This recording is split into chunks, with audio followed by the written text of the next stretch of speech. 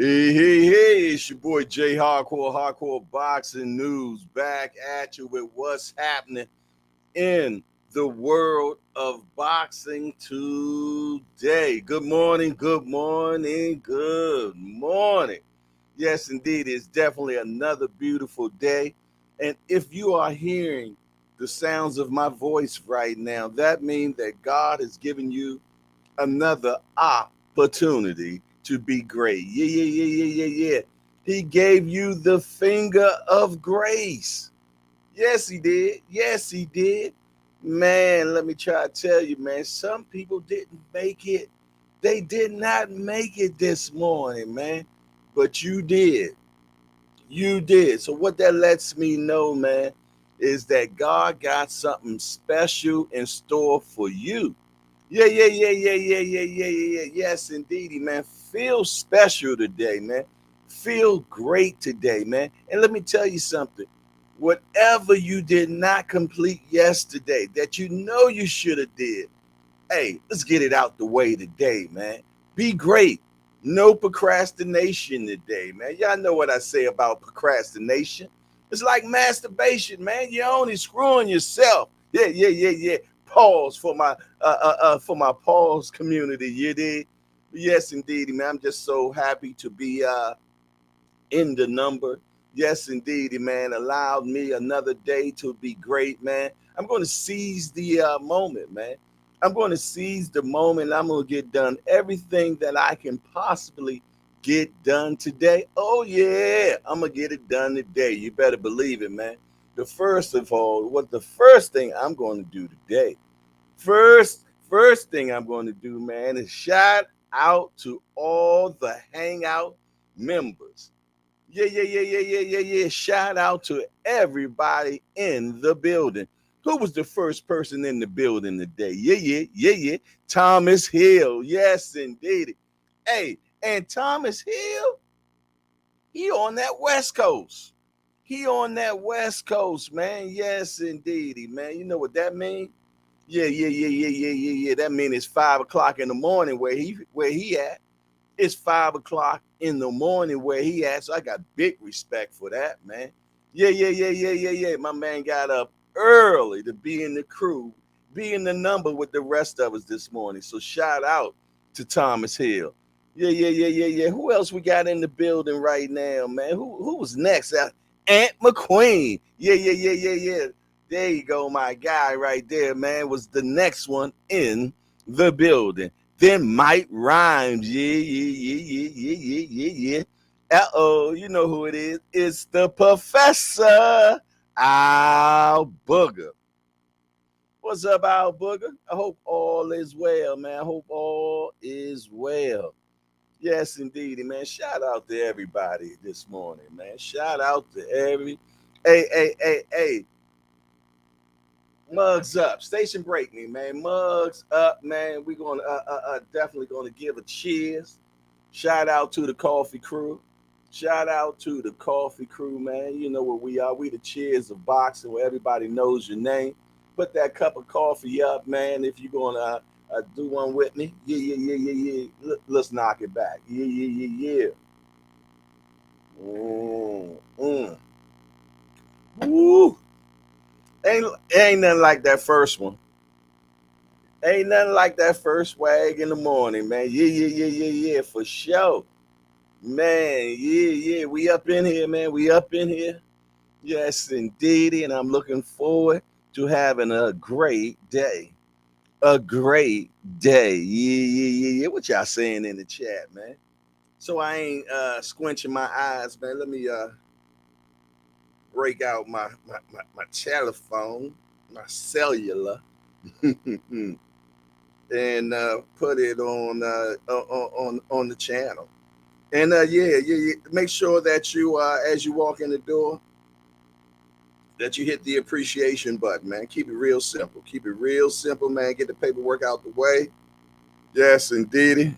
Right now it says we got 11 watching, and we got a 6 appreciations, man. Yeah. Let's get that up to 100% appreciations, man.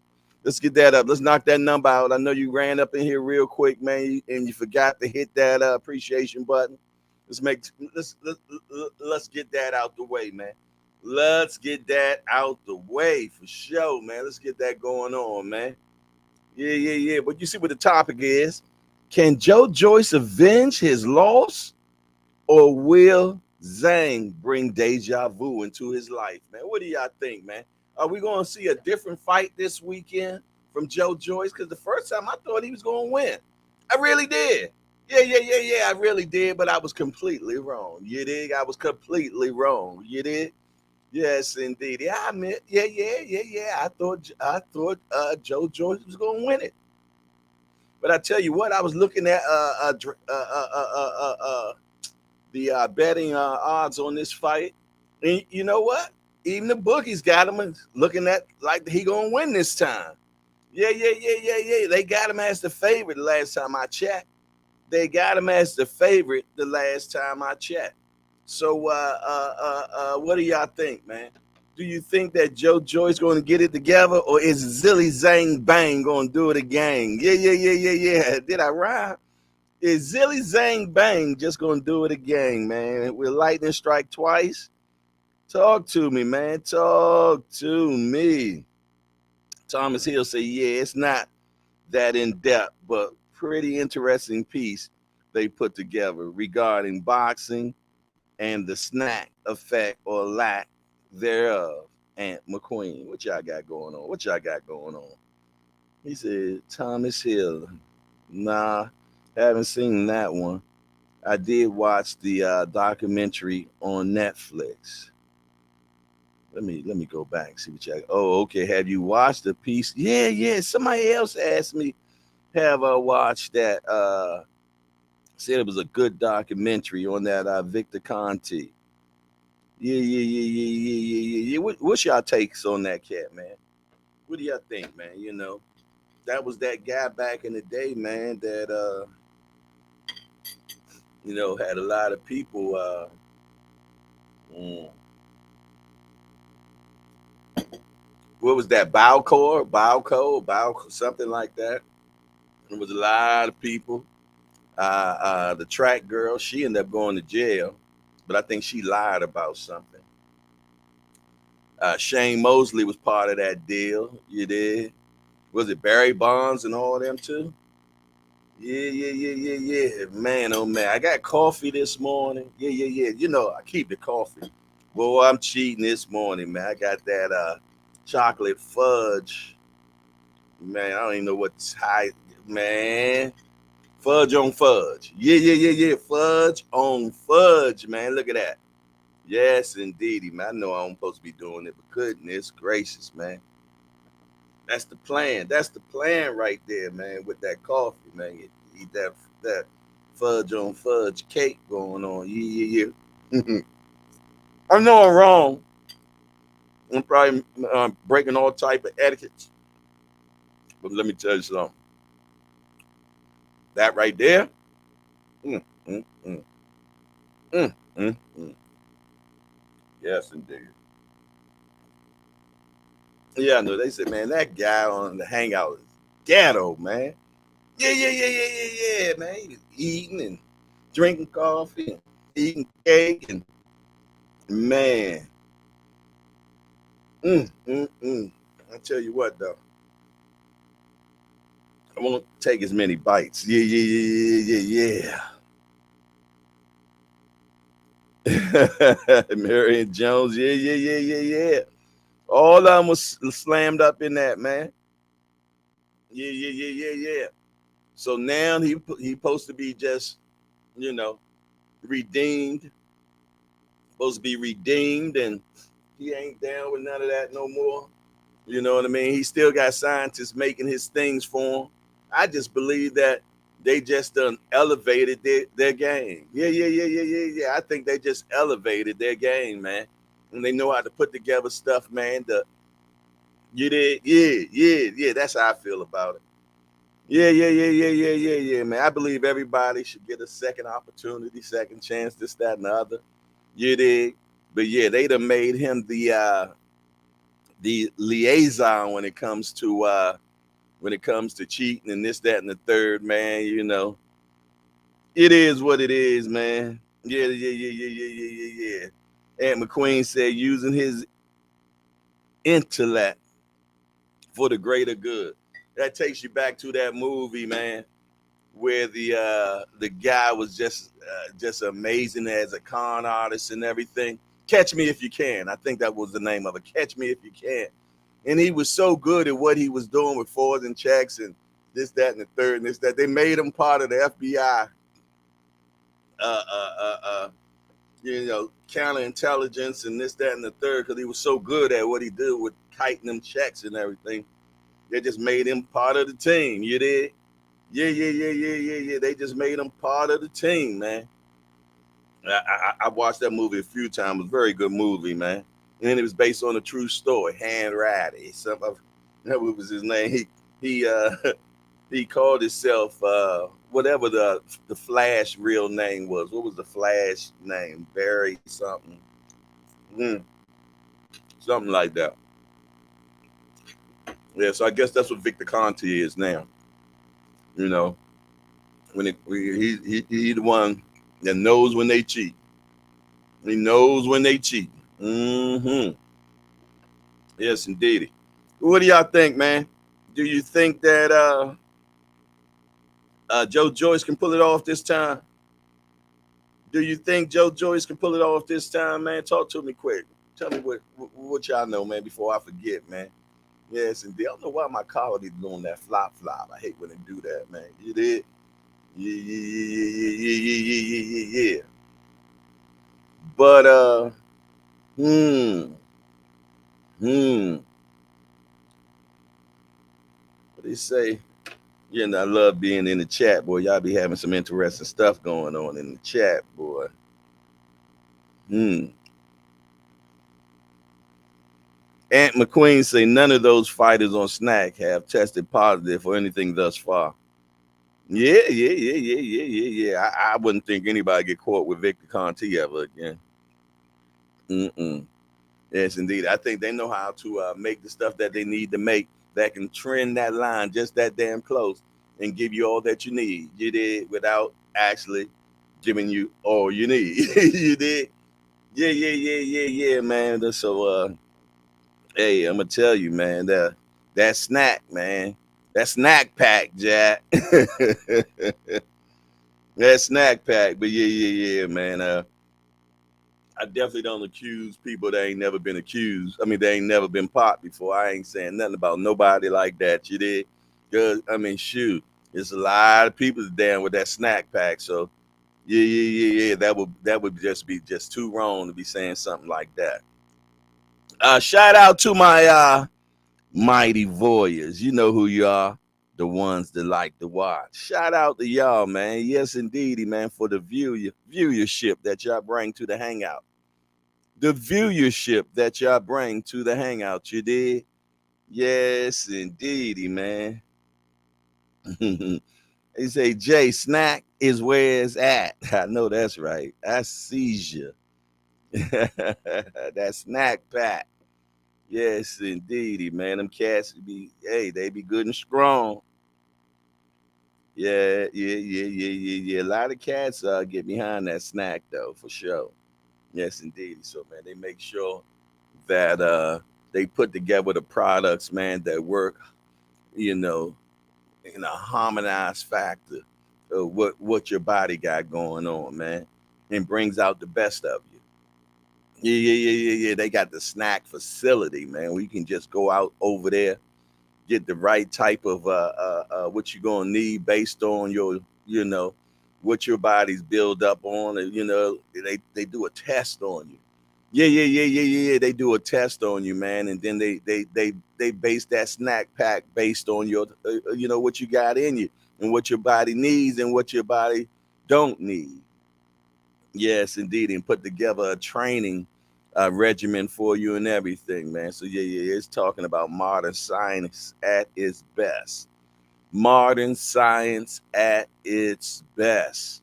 For sure, man. Yes, indeedy. Yes, indeedy, man. Hey, great show last night, man. I'm glad brother Umar came through last night, man. Hope you all enjoyed that. I know I did. Always get a kick when Dr. Umar, that's when he come around, man. You dig, and get to talking about boxing, man. Yes, indeed. I'm gonna tell you, when Brother Umar around, man, I'm gonna be honest, man. I can sit and listen to that brother all day, man. Listen to him all day for sure. Yes, indeed, and talk boxing, man. And he wants to do it all day too, man. Yeah, yeah, yeah. He's so crazy, man. He said, man, that he don't have a lot of chances to really talk to some people that's pretty much on his level, or basically was saying just some unequal people that be around him. So he really don't have a chance to really, talk his ish because it's not received pretty well. You did, yeah, yeah, yeah, yeah, yeah, yeah, yeah. So Aunt McQueen said you gotta cherish the elders' wealth of experience, man. Yeah, that experience is what's up. Thomas Hill said I was talking about the piece Black statue TV did regarding it and its effect on sports, in particular boxing. Jay. All right, and it's called Black Statue TV. Oh, okay. What was that? Is that the name of the actual show, or what was the name of it? Yeah, yeah, yeah, yeah, yeah. You know me, I love to check it out. Love to check it out, man. Yeah, yeah, yeah. For sure, for sure, man. Where everybody at? Where the crew at, man? I ain't seen Thomas. I ain't seen Cash Sport in a minute. I ain't seen Dre Finest in a minute, man. But I pray that they are in good health, man, and probably got a lot going on, and that's why we ain't seen them recently, man. Yes, indeedy. Yes, indeedy, man. Shout out, shout out, shout out. Who we got going on in here, man, and who we ain't got. Who ain't in the building yet? J without the E is not in the building. D for the win is not in the building. B3 is not in the building. PK205 is not in the building. But I tell you who is in the building. I tell you who is in the building. Remo is in the building. What up, Remo? What up, Remo? What you got going on, man? D1 is not in the building. Fender Bender is not in the building. Senior on the Rise podcast is not in the building. The mayor is not in the building. Heather E is not in the building. Showtime the guy, my guy, is not in the building. Ms. Joette is not in the building. Just Do Boxing is not in the building. Skywalker Boxing is not in the building. Bruce Gas Jazz and more is not in the building. New Era TV is not in the building. The Boxing Kangaroo is not in the building. Woo-wee. Yes, indeed, Lottie Dottie and everybody. I'm calling you in. I'm I'm summoning you all into the building. Yes, indeed. There he is. PK205 is now in the building. He said, I've been here since the show started. Okay. He was just being one of the mighty voyeurs real quick. But I tell you what, you was in mine. You was in mine. Yes, indeedy, man. Yeah. Who else I ain't called, man?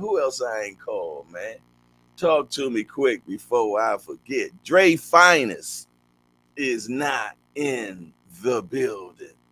Who else? I always try to remember the names. I'm getting better. Man. Yeah. I'm getting better, man. So that's what's up. There she is.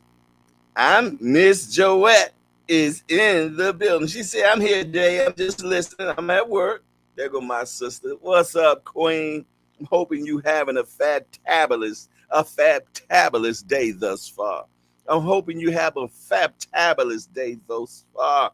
And for the rest of the day, I just wanted to get better and better and better. Yeah, yeah, yeah, yeah, yeah, yeah. I need somebody to hit the lotto tonight or something, man. I want something big to happen for somebody in the chat today, man. Yeah, yeah, yeah, yeah, yeah. I want somebody to say, man, I had so much of a great day yesterday. It was just beautiful. Yes, indeedy, man. Share your enlightenment, man. It's all good, man. Something very special is going to happen to somebody today. I feel it. I feel it. I feel it. I feel it. Yes, indeed. There is Fender Bender is in the building. There is my big guy, the big guy. Yeah, yeah, yeah. Kentucky's own right there, man. You know what it is, hardcore hangout, fine establishment, east side of the Mississippi. M.I. crooked letter, I, crooked letter, I, humpback, I. Remember that? Y'all remember that? Mississippi IA, for sure. Yeah, yeah, yeah, yeah, yeah, for sure, man. For sure. Yes, a station breaking, man, as I take some more of this do it fluid. Mm. Yeah, yeah, yeah, yeah, yeah. Yeah, yeah, yeah. I'm gonna partake a little bit more of this cake. Yeah, yeah, yeah. Breakfast of Champions right now. I'm telling you, I got the Breakfast of Champions going on. Mm-hmm. Mm-hmm. They ain't gonna be scrambled on eggs today. Mm, mm, mm, That fudge cake, double fudge cake, be hitting different. Mm-hmm. Mm-hmm. Mm-hmm.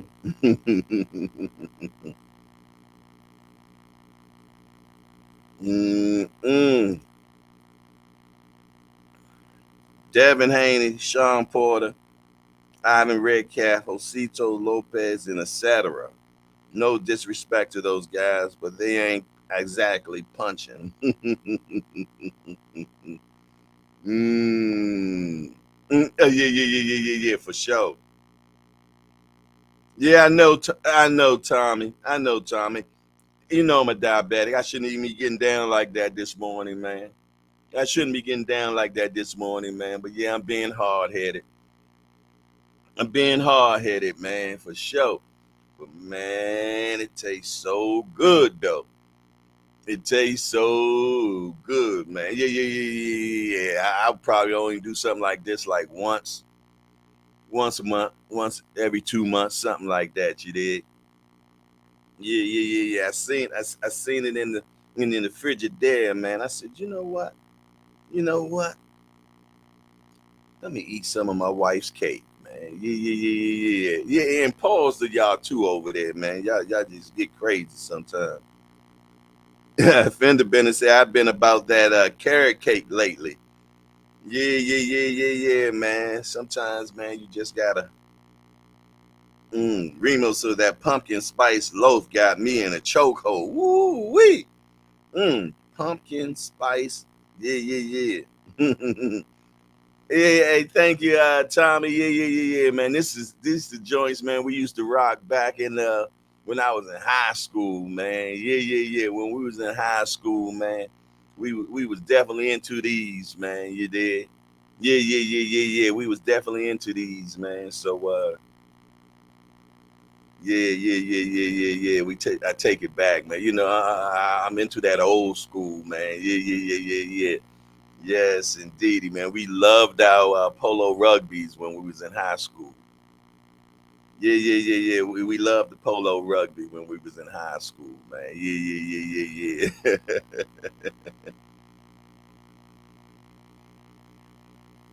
For sure. Gregory Pratt has entered into the building. He said, yo, yo, yo, I'm in the building, big brother J Hardcore. Now let me hit that appreciation button. My guy, my guy. That's what I'm talking about, man. The man understands the assignment. He understands the assignment, man. He understands the assignment, man. So shout out. the Gregory Pratt, man, that comes up in the building, man. In the business, I got a friend that's diabetic. He's 76 years old, and when he talks about a chocolate donut, you would think he'd be talking about Ariana Grande.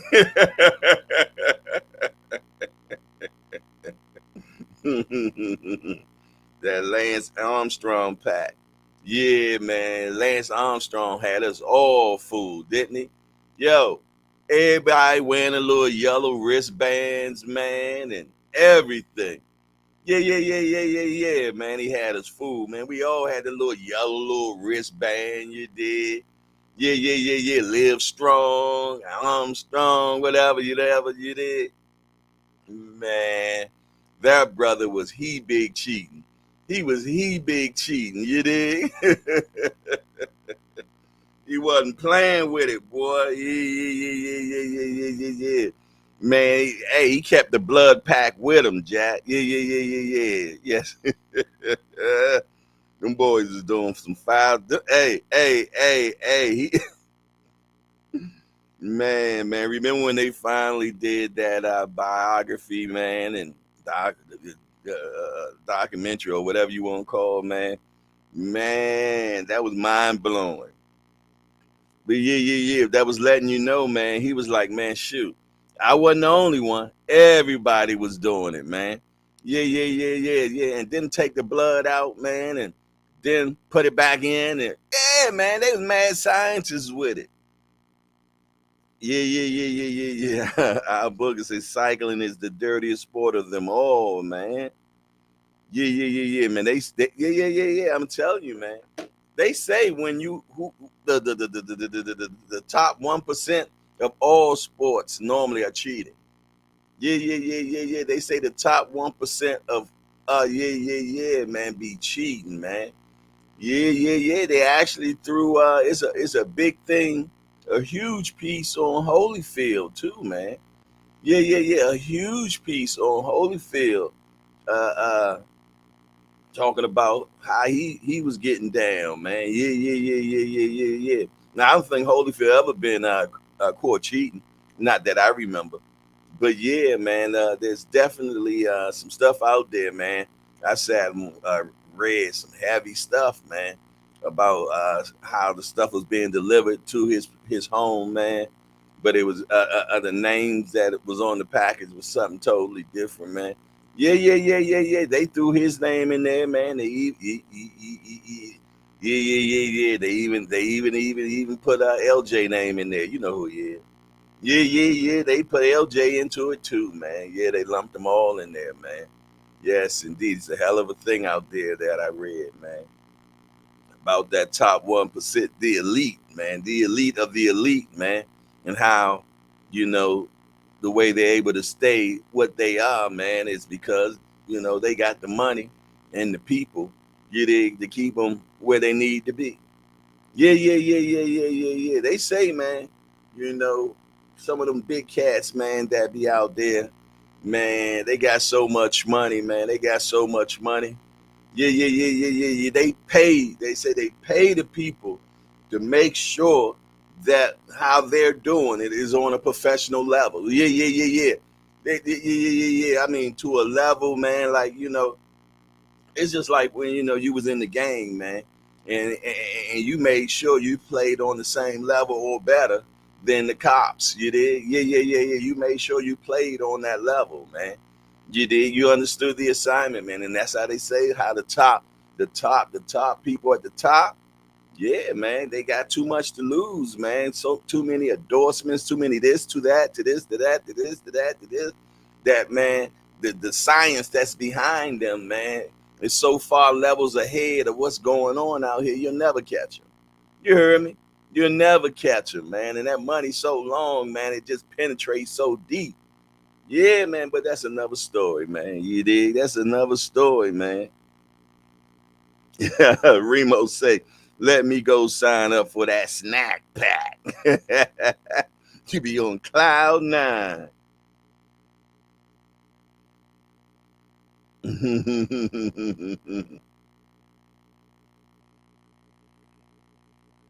Yeah. My cousin Tommy say, I'm such a hypocrite. I hate steroids, but I'm still a Vander, the Commander fan. Yeah. I'm a big Vander fan too, man. You know, but we he never been pop. He never been pop, man. Yeah. He never been popped, you dig? So I'm just telling you what's out there, man. Yeah, like LJ, man. LJ. They say, they like how in the hell you a guy that in his 40s still doing what he was doing in his 20s and even at a better level now. Yeah. And competing the same way against the 20-year-olds, man. Yeah. Yeah, but they all innocent until they proven guilty. You right, Aunt McQueen. Yeah. Alicia is innocent until proven guilty, man. Yeah. For sure, man. Hey. She said she was gonna have something come out the other day, man, but it never came out. Fender Bender said, "Damn, Jay, you got me hungry this morning. Now, I might have to get home and make me some of that chicken and dumplings. Woo wee! That's a blast from the past for me, right there. Yeah. That chicken and dumplings, man. I'm gonna tell you that take me back, man, when I was a youngster, man. And my first real job that I had was at Time Life Libraries, man. Yeah. Time Life Libraries. I'm selling books over the phone. 16 years old, man, part time, making a whole hell of a lot of money selling books online.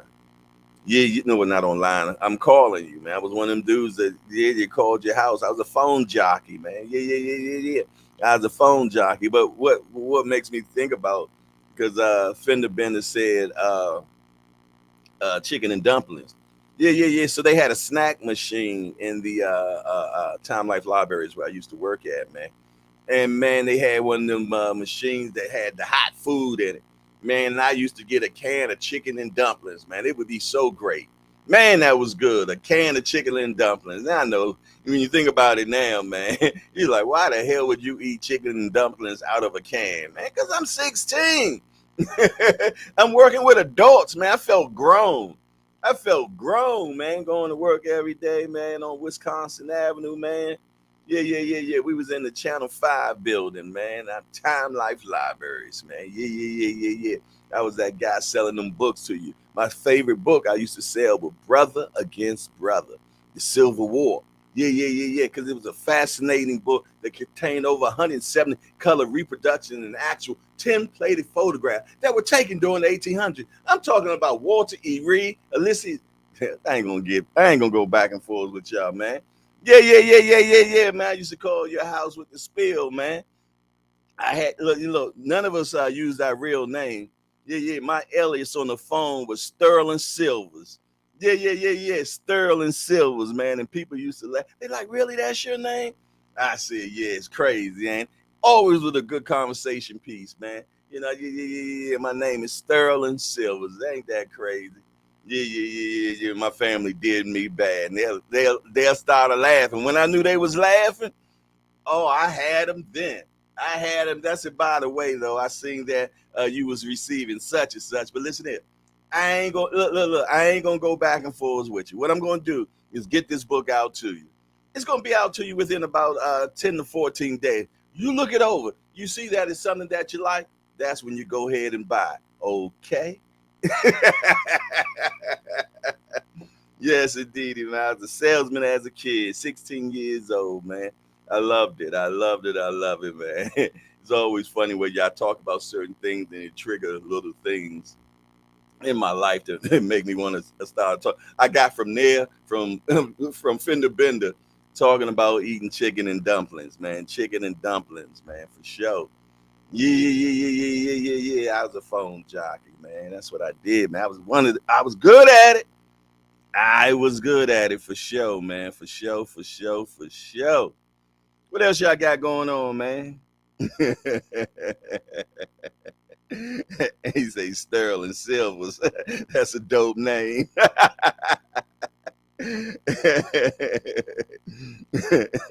My nickname would have been 925. Yeah, that's the actual what silver is, man. 925. You're right about that.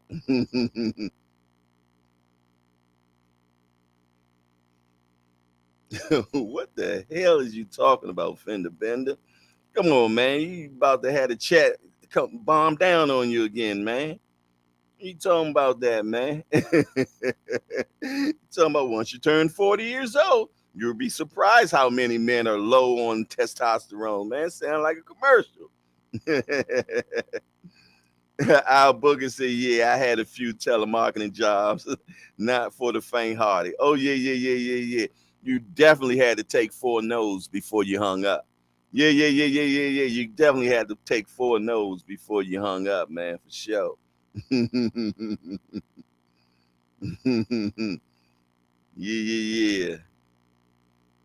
Hell yeah, 16, and you couldn't tell me nothing, man. Couldn't tell me nothing. I fully grown, 16 years old. Yeah, by 16, man, I see my first bullet by then. Yeah. I done did it all by then, man. Yeah. For sure. I tell you what, though. I tell you what, we got a new guy in the building. We got a new guy in the building, the Patriots. The Patriots won. I want to welcome you to Hardcore's Hangout. We're just a bunch of hardcore degenerates that get together every morning and evening and talk about this beautiful sport we love so much called boxing. We only got one rule around here. We don't hit below the belt. That means we don't talk about nobody's mama. Other than that, everything else is full game. Yeah. So we definitely want to welcome the Patriots one into Hardcore's Hangout. Y'all make sure y'all welcome him. Yes, indeed. He or her, because I'm not sure which one it is, because I've been making them mistakes, man. You never know these days. You did, because the women be pouring up in here as well. Welcome. I hope you enjoy yourself while you're in the building. But I tell you what, being in boxing news is in the building. Yeah. Dig on my legal pharmaceutical guy. Yeah. He sells drugs for real. Yeah. And got a license to do it. Yeah, he got a license to do it, man. Al Booger say, "Good catch, Jay." What did I catch?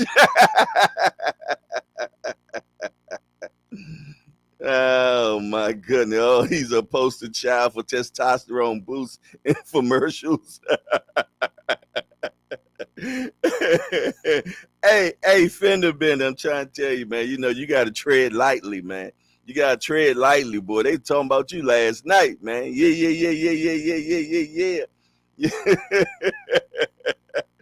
Yes, indeed. It was all good stuff though, bro. You are bro, man, for sure. You are bro for sure.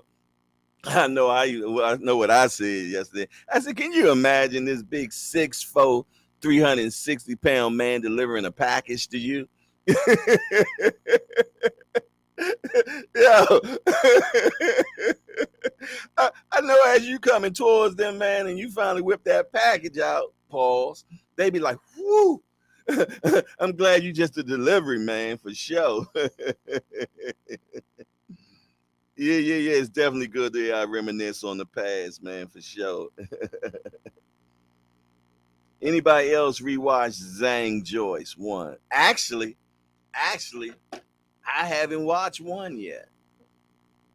I haven't watched it yet, so I will definitely get that done today. I definitely get that done today. I think I was a highlight guy on that one. Yeah. I think I was a highlight guy on that one.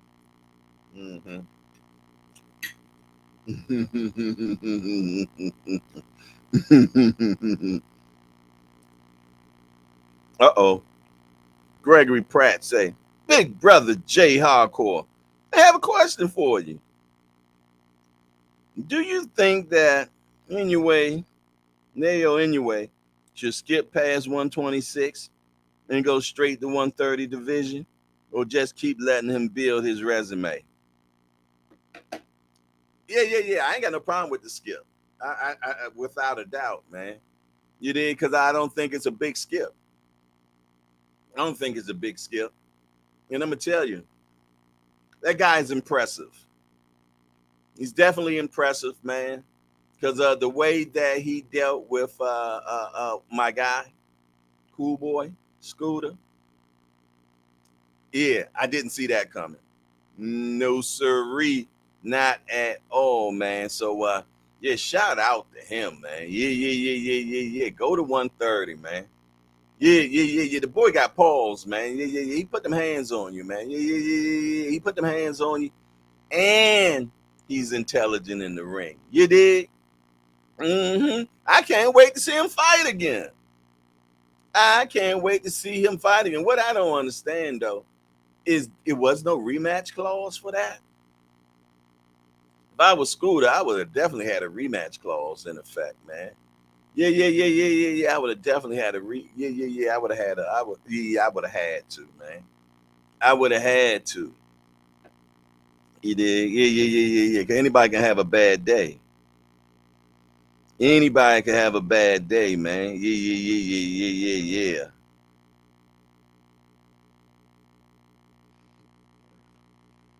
Yeah, watch it, Jay. And watch how Joe Joyce was throwing punches like bro was dodging bullets by the helicopter. Okay. Yeah. I'm definitely gonna check that out. The Patriots one said, I just don't see anything what Joyce can do without getting hit. Zhang hits hard. Yeah, Zilly Zhang bang, man. That's what we call Zilly Zhang bang, man. Yeah. He don't be playing. He don't be playing, man. He be putting hands and feet on people, man. But I didn't think Joe, but you know what? Joe is so mechanical, though. He's so mechanical, man. The name fits him so well. The Juggernaut. The Juggernaut. Yeah. Yes, indeed, man. But yeah, we gonna see. We're gonna see what he looked like. Thomas Hill says salute to BNN Boxing News. Salute, champ. All right. And say I see some things after rewatching it what he can do. Uh-oh. Guess who's in the building? All rise. The King is in the building. Yes, indeed. He said, it's the King. GM, good morning. My dedicated degenerates. My dedicated degenerates. Okay. There he is, man. That's what's up. Good to see Senior in the building, man. Good to see Senior in the building. Good show last night, Senior. Yes, indeed. I appreciate you extending your platform to me, man. For a second or two, brother. I appreciate that, man. Yeah. Yeah, allow me to be in lights for a minute. You did. Yeah. Allow me to be in lights for a minute. So I appreciate it for sure. Aunt McQueen says, shout out the Senior, man, for giving me a fight to add to the log last night. Willie Pep and Sandy Sadler. Okay, that's what's up. That's what's up. Okay. He said he watched it last night after the podcast. That's what's up. So shout out the Senior, man, giving assignments and everything. You did? Yeah. We'll learn them. We'll learn them. We learn them for sure. Yes, indeed. We'll learn them.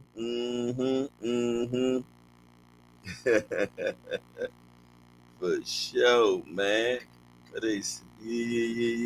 They say a broken clock is right twice a day. Mm-hmm.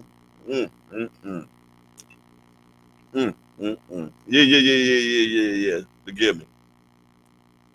But this double fudge, I'm trying to get it out of my life, man. I'm trying to get this double fudge out of my life, man. You did? Yeah. I'm trying to get it out of my life. Mm-hmm. Say, got grown men questioning themselves. Damn. Woo wee. I'm not even gonna guess who that was to. I'm not even gonna guess who that is to. I'm gonna leave that alone. mm. Yes, indeed.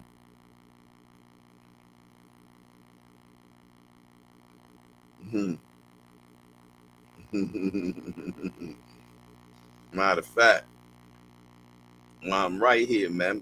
I'm gonna hit up somebody, man, just to check on them.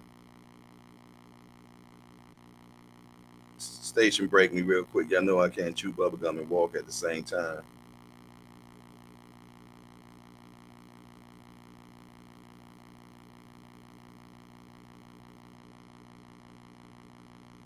There you go. I had to hit my big homie, man, because I haven't seen him in a minute. Want to make sure that he all right, man, for sure. For sure, for sure, for sure, for sure. Back. I'm back. I'm back. I tell you what, man, it's that time of the day, man, where we find out what's happening in the world of boxing today. Let's find out what's happening in the world of boxing today. What's the top titles, man? Richardson Hitson said, there's a lot on the line, but I'm not focused on the belts. There's a lot on the line, but I'm not focused on the belts. Okay. Bob Arum favors Canelo over Crawford in potential fight. He's the bigger, stronger guy. Kenshiro takes KO streak to 4. Weekend afterthoughts. Shakur Stevenson says Frank Martin got cold feet. Don't think he wanted to lose. Cornflake Lamana. I want that rematch with Laura. I felt like that knockout was a fluke. mm. Tyson Fury believes Joyce made big mistake by not accepting training offer. Mm. Groves backed Joyce to get revenge. I think he will be better this time around. Waldo Nunez seeks new opponent for IBF Eliminator. Zelfa Barrett fight no longer in play. Team Crawford member fires back at Canelo. The only great fighter he beat was Triple G. What do y'all think about that? Is that true? Ryan Garcia is eyeing return later this fall. Oscar Duarte among leading candidates. All righty, all righty. Let me check one more place, man. Make sure that we got all the exciting topics and titles today. Is Canelo Alvarez slipping enough for Jermell Charlo to win? Wow. Sound like one of our shows a couple of days ago. They catching up.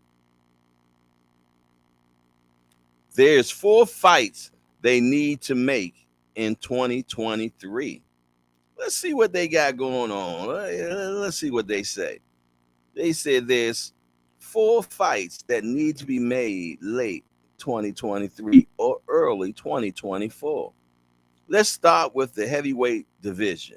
The WBC World Champion Tyson the Gypsy King, 33-0 with 24 KOs out of Morecambe, Lancashire, UK, and the WBA, WBO, IBF, and IBO World Champion Southpaw Usyk. All right, that's one of them fights they feel though that needs to be made before the year out or the beginning of next year. Next is the light heavyweight division where WBC, WBO, IBF World Champion Russian Arthur Beterbiev, 19-0 with 19 knockouts out of Montreal, Quebec, Canada. Due to an injury, pushed back this fight with WBC #1 contender Callum Mondo Smith. That's 29-1 with 21 knockouts. Okay. What fans want to see more is that the 38-year-old Beterbiev fighting the WBA Super World Champion Dmitry Bivol, which is 21-0 with 11 knockouts out of Kyrgyzstan and Indo, California. Yeah. I would love to get that fight going on. I would love to get that fight going on. Okay, at welterweight, who wants to see WBA, WBC, WBO, IBF world champion Southpaw Terrence Budrick Crawford, 40-0 with 31 knockouts out of Omaha, Nebraska. Is he the illest in Nebraska? In a rematch with former champion Southpaw Earl the True Spence. Yeah. Is that a fight that you want to see? Or what the fans really want to see is Crawford fight his IBF interim champion, Jerron Boots Ennis, 31-0 with 28 knockouts straight out of Philly, Pennsylvania. Yeah. Yes, indeed. We want to see that. Yeah. We want to see that, man. You know we do. At lightweight, WBA world champion Southpaw Gervonta Tank Davis, 29-0 with 27 knockouts straight out of BMO. Got to be more careful. Yeah. Wants to fight WBA, WBO, and IBF world champion Devin the Dream Haney, 30-0 with 15 knockouts. Okay, that's 50% knockout ratio. Same ratio Floyd had. Out of Las Vegas, Nevada, who was lucky to get a decision over former champion Vasil Lomachenko. Boy, you see how they slicked that one in there? Yeah. Say he was lucky. Yes, indeedy, man. Let me see. Is that all we got? What's happening in the world of boxing today? Let me make sure. Make sure we got everything. You did? Yeah.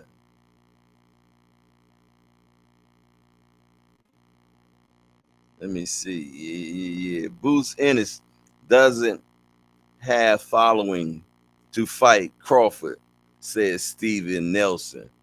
Said he doesn't have the following to fight Crawford. Wonder what Avanesian following looked like. Oh, I'm sorry. I was speaking. I was thinking out loud, man. Please forgive me. There it is, man. That's what's happening in the world of boxing today, man. Make sure that you govern yourselves accordingly, man. Boss Dog has entered into the building. Shout out to Boss Dog, a real one, man. Yeah, a real one, man, for sure. The Rise Podcast. AJ, you sound like Fender Bender. You trying to get the double fudge, put your life. You trying to get, AJ, you sound like Fender Bender. You trying to get the double fudge to put your life, and he's trying to get the double in his life. Goodness gracious, man. Oh my goodness. Fender Bender said, I'm just glad that we all got to laugh for 3 days over. I even laughed 3 days later with my old lady rewatching the podcast. Thomas Hill say, talk to him slow so he can know that you were concerned for sure. Yeah, for sure.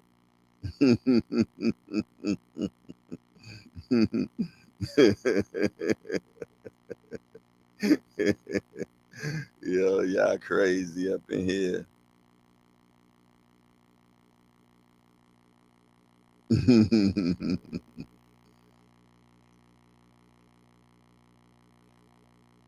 Big Ray has entered into the building. What's up, Big Ray?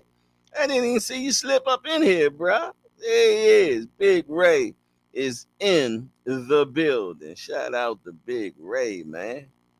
Yeah, for sure. For sure.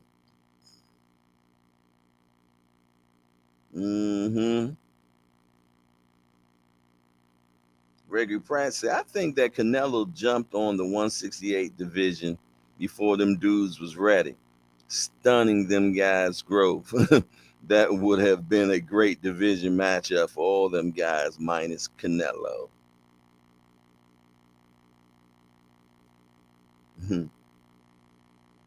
Saying, nah.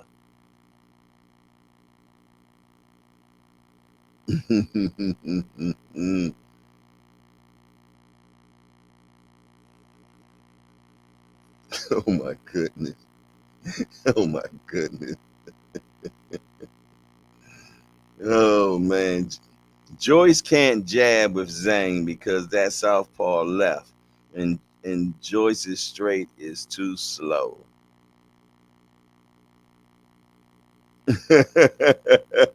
Yeah, yeah, Fender Ben. I don't think the talk to text, man, is good for you. Yeah, man. Whenever I know you be at work, man. So you know, text when you pull over, Jack. Yeah. Text when you pull over, man. You did. I think it'd be better for you. I think that'll work out better for you, man. I could be wrong. I could be wrong, man. You did. Wham old school is not in the building. What's going on? Cash Sport is not in the building. Trade Finance is not in the building, man. Yeah. I gotta check on my guys, man. Yeah. I'm put the APB out on them for sure. Mm-mm. Yeah, for sure, man. For sure. What else y'all got going on today, man? Like I said, I hope you're having a fabulous day. You're looking for some great things to happen in your life today. Yeah, for sure, man. And you're daring to be great. And you're daring to be great. That's the most important thing, man. Dare to be great. What I'm going to do, man, I'm going to go ahead and drop the link in the chat, man. So if you want to come on up in here with your boy Hardcore, man, Rapper Taste, man. Yeah. Talk it over, man. Talk it over, man. You know how we get down, man. Yeah. For sure. I think I pinned the wrong thing. Yeah, I think there it is. That should be. Wow. Remo, that bad? That bad? Goodness gracious. Remo say think this is only going to sell like 350K. That would be horrible. That would be horrible. Yeah. Because that won't even pay the bill. That won't pay the bill, man. Yeah. They'll be behind. I think it does more than that. I think it does more than that. A lot of people have said they've been enjoying the all access. hmm A lot of people say they've been enjoying that all access. I've been hearing that out of some casuals too.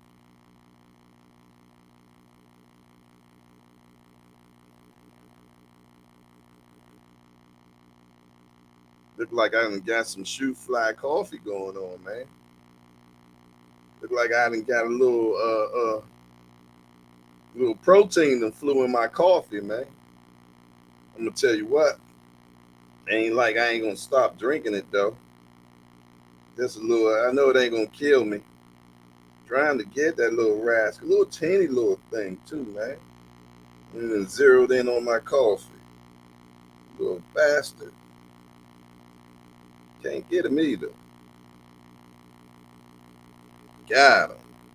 Yeah, man. Trying to add seasoning to my coffee, man. Yeah, for sure, man. A little added protein in there, man. Yeah. Booker say I think about five.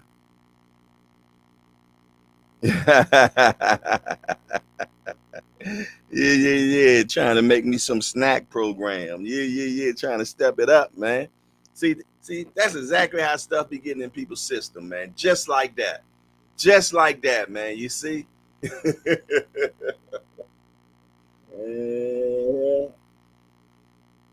Yeah, I'm feeling the difference already.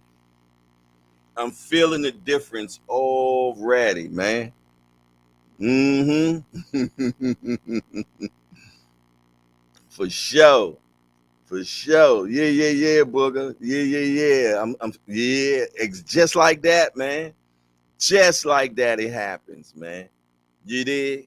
Yeah, yeah, yeah. Some type of transferal just happened, man. Yeah, yeah, yeah, yeah, yeah, yeah, yeah. And bam, just like that, I get tested. Yeah, yeah, it's over. It's over. And that's how they be sitting there and saying, man, I don't know how it happened, man. I don't understand what happened. It was that one little bug, man. Yeah, yeah, yeah, yeah, yeah, yeah, yeah. That landed on something somewhere else, man, and cross pollinated into my coffee, man. And bam, yes, indeedy, man. Yeah, yeah, yeah, yeah, yeah, yeah, yeah, yeah, yeah, yeah, man. I got EPO, all that. Yeah, yeah, yeah, yeah, yeah. Just that simple, man. I understand now. Yeah, yeah, yeah, yeah. I understand.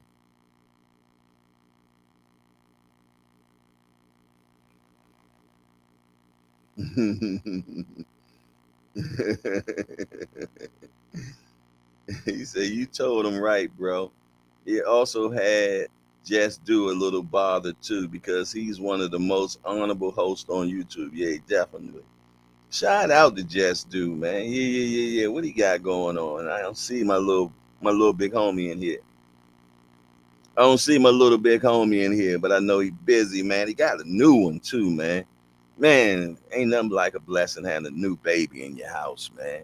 I just think when you got a new baby in your house, it just blesses your whole entire life, man. And it just, when they call them bundles of joy, man, bundles of joy, man. Y'all just don't know. I want a grandbaby so bad, you just don't understand.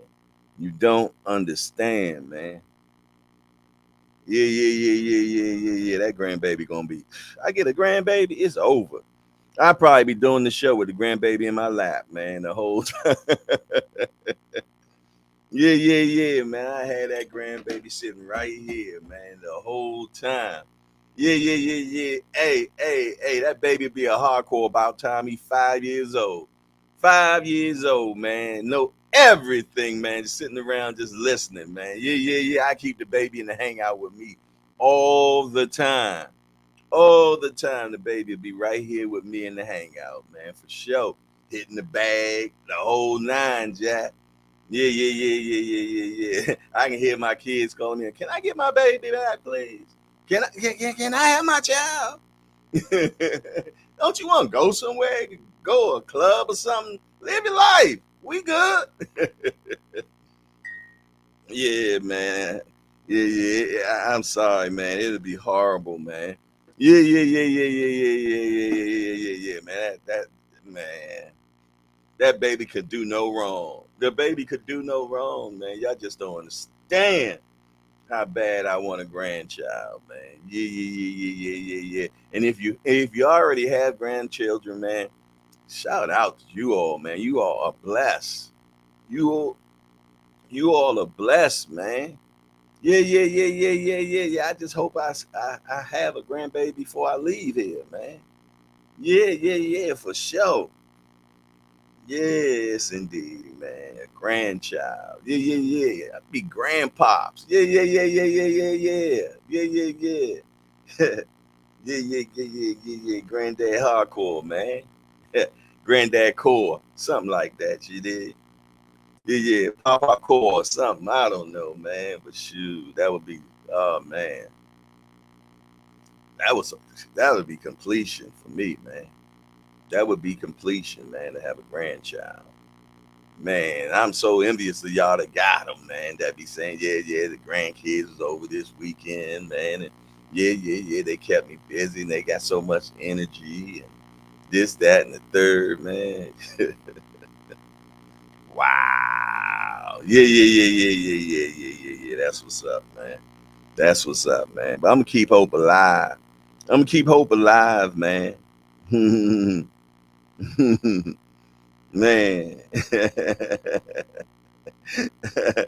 Ain't no problem with that, bruh. Ain't got no problem with you dropping Junior off, but he ain't no baby though. I'm talking about a little one. I want me a little one. I want a little package, baby. I want a little teeny something right now. You did?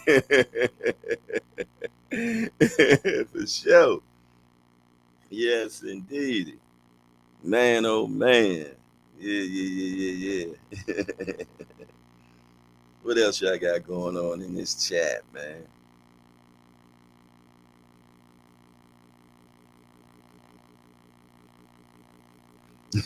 And McQueen say, Thomas Hill, you know, when Jess gets impassioned, he can go off on a tangent and it's nothing personal. Sometimes you got to just interject and say, sorry to cut you off and speak your piece. Yeah, yeah, yeah, yeah. I mean, I don't know how great I'm gonna be a granddad. I just won't be one though. Yeah, that would be something amazing, man. That'd be something amazing for sure. Mm. Yeah, yeah, yeah, yeah, yeah. Somebody hit that link, man. Come on up in here, man. Let's talk about some boxing, man. You dig? Tell me what you got going on. You know, what gripes you might have. How have I done got on your nerve in here talking crazy?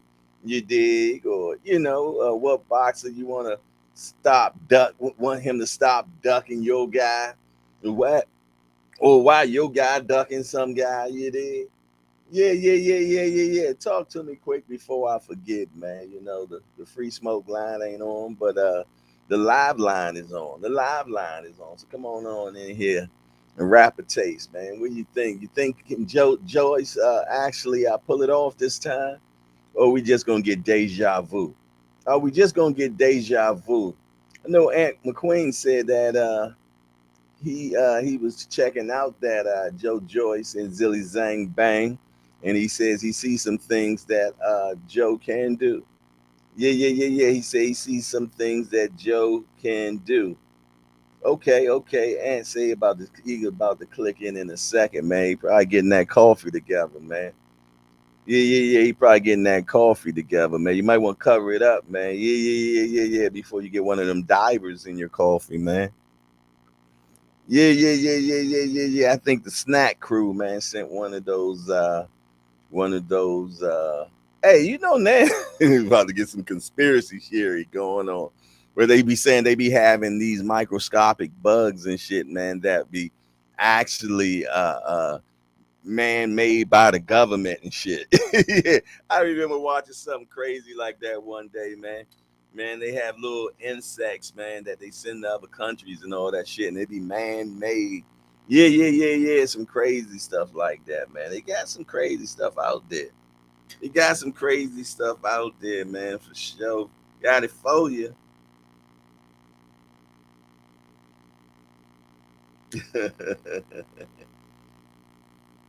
Okay, okay, okay.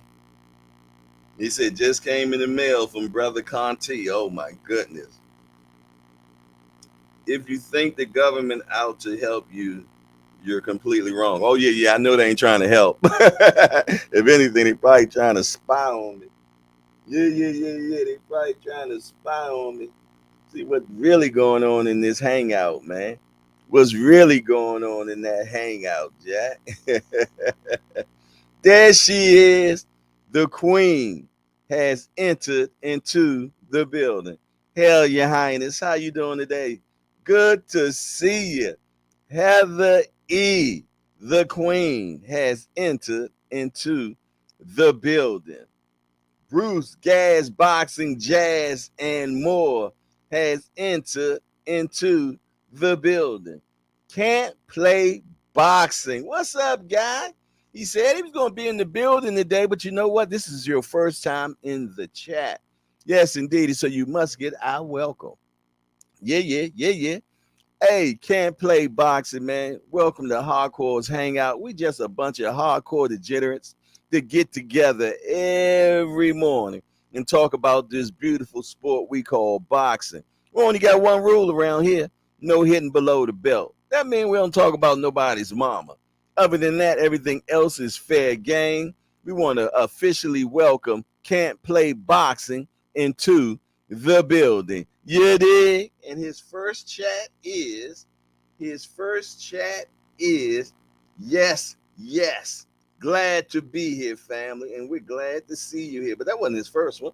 His first one was salute hardcore. And my guy senior is nothing better than breakfast and boxing. You better believe it. Breakfast and boxing. Some people say breakfast, boxing, and buds. Yeah, yeah, yeah, yeah. It's depending on how you like to slice it or dice it, man. Yeah. But ain't nothing like being in the building, getting that first shot of boxing early in the morning, man. Yeah. Get to come in the building and rap a taste about the sport you love so much. Uh oh. Yes, indeedy. Thomas, the real deal, Hill is in the building. What's up with you, champ? Man, salute and good morning to you, Jay. Always a pleasure to be today with you, my man. Salute to the chat. Salute to my main Pleasure. man, Senior Cobbs. Say he gonna be dropping Junior off at the old hangout so he can hang out with the G Paul hardcore. Would you say G Dag hard? Yeah.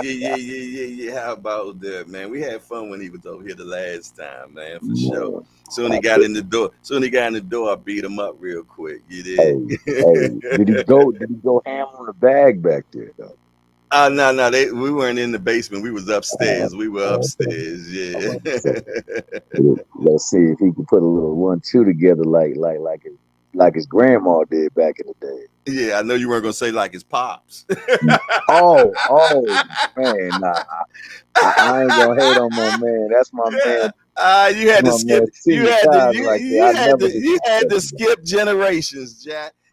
Nah, nah, he just said that. Hey, his grandma and his grandpa was cut from a different cloth. They didn't play around. Nah, they ain't play, man. Yes, indeed. Mama was 6'4" and a size 20 shoe. You did. Grandpops was 5'7" with a size 8 shoe, man. Yeah. His grandfather was named Old Spit Bucket,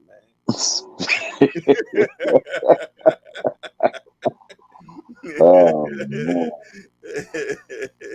That's a hell of a nickname, Jack. oh They man. call him Spit Bucket. Hey, I remember watching the interview and Tank was fielding questions and there was one cat, he got a podcast called the Spit Bucket Podcast. Yeah, I He was remember like, man, you gotta change that name. that. I started rolling. He was like, man, you got a spit bucket in the corner. He said, yeah, but you don't want nobody be calling you spit bucket. Mm. That was Yeah, hilarious, man. yeah, I was dying. that's a hell of a nickname right there. You ain't never like Tank Loki funny as heck though. Bro. I Oh love yeah. Robert.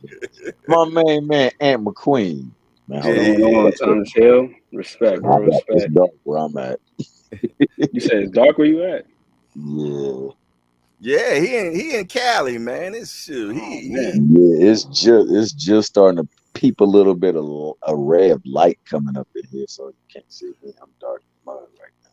and he was the first in the building, so he was in here at 4, I 5 think in the PK, morning, man. I You think couldn't PK sleep? 205 was the first. Who was? He just didn't text, but or chat. PK 205. Oh, okay. Yeah. See, I ain't into taking credit where credit ain't due. I know So, that's right. my I know man that's PK right. was into it.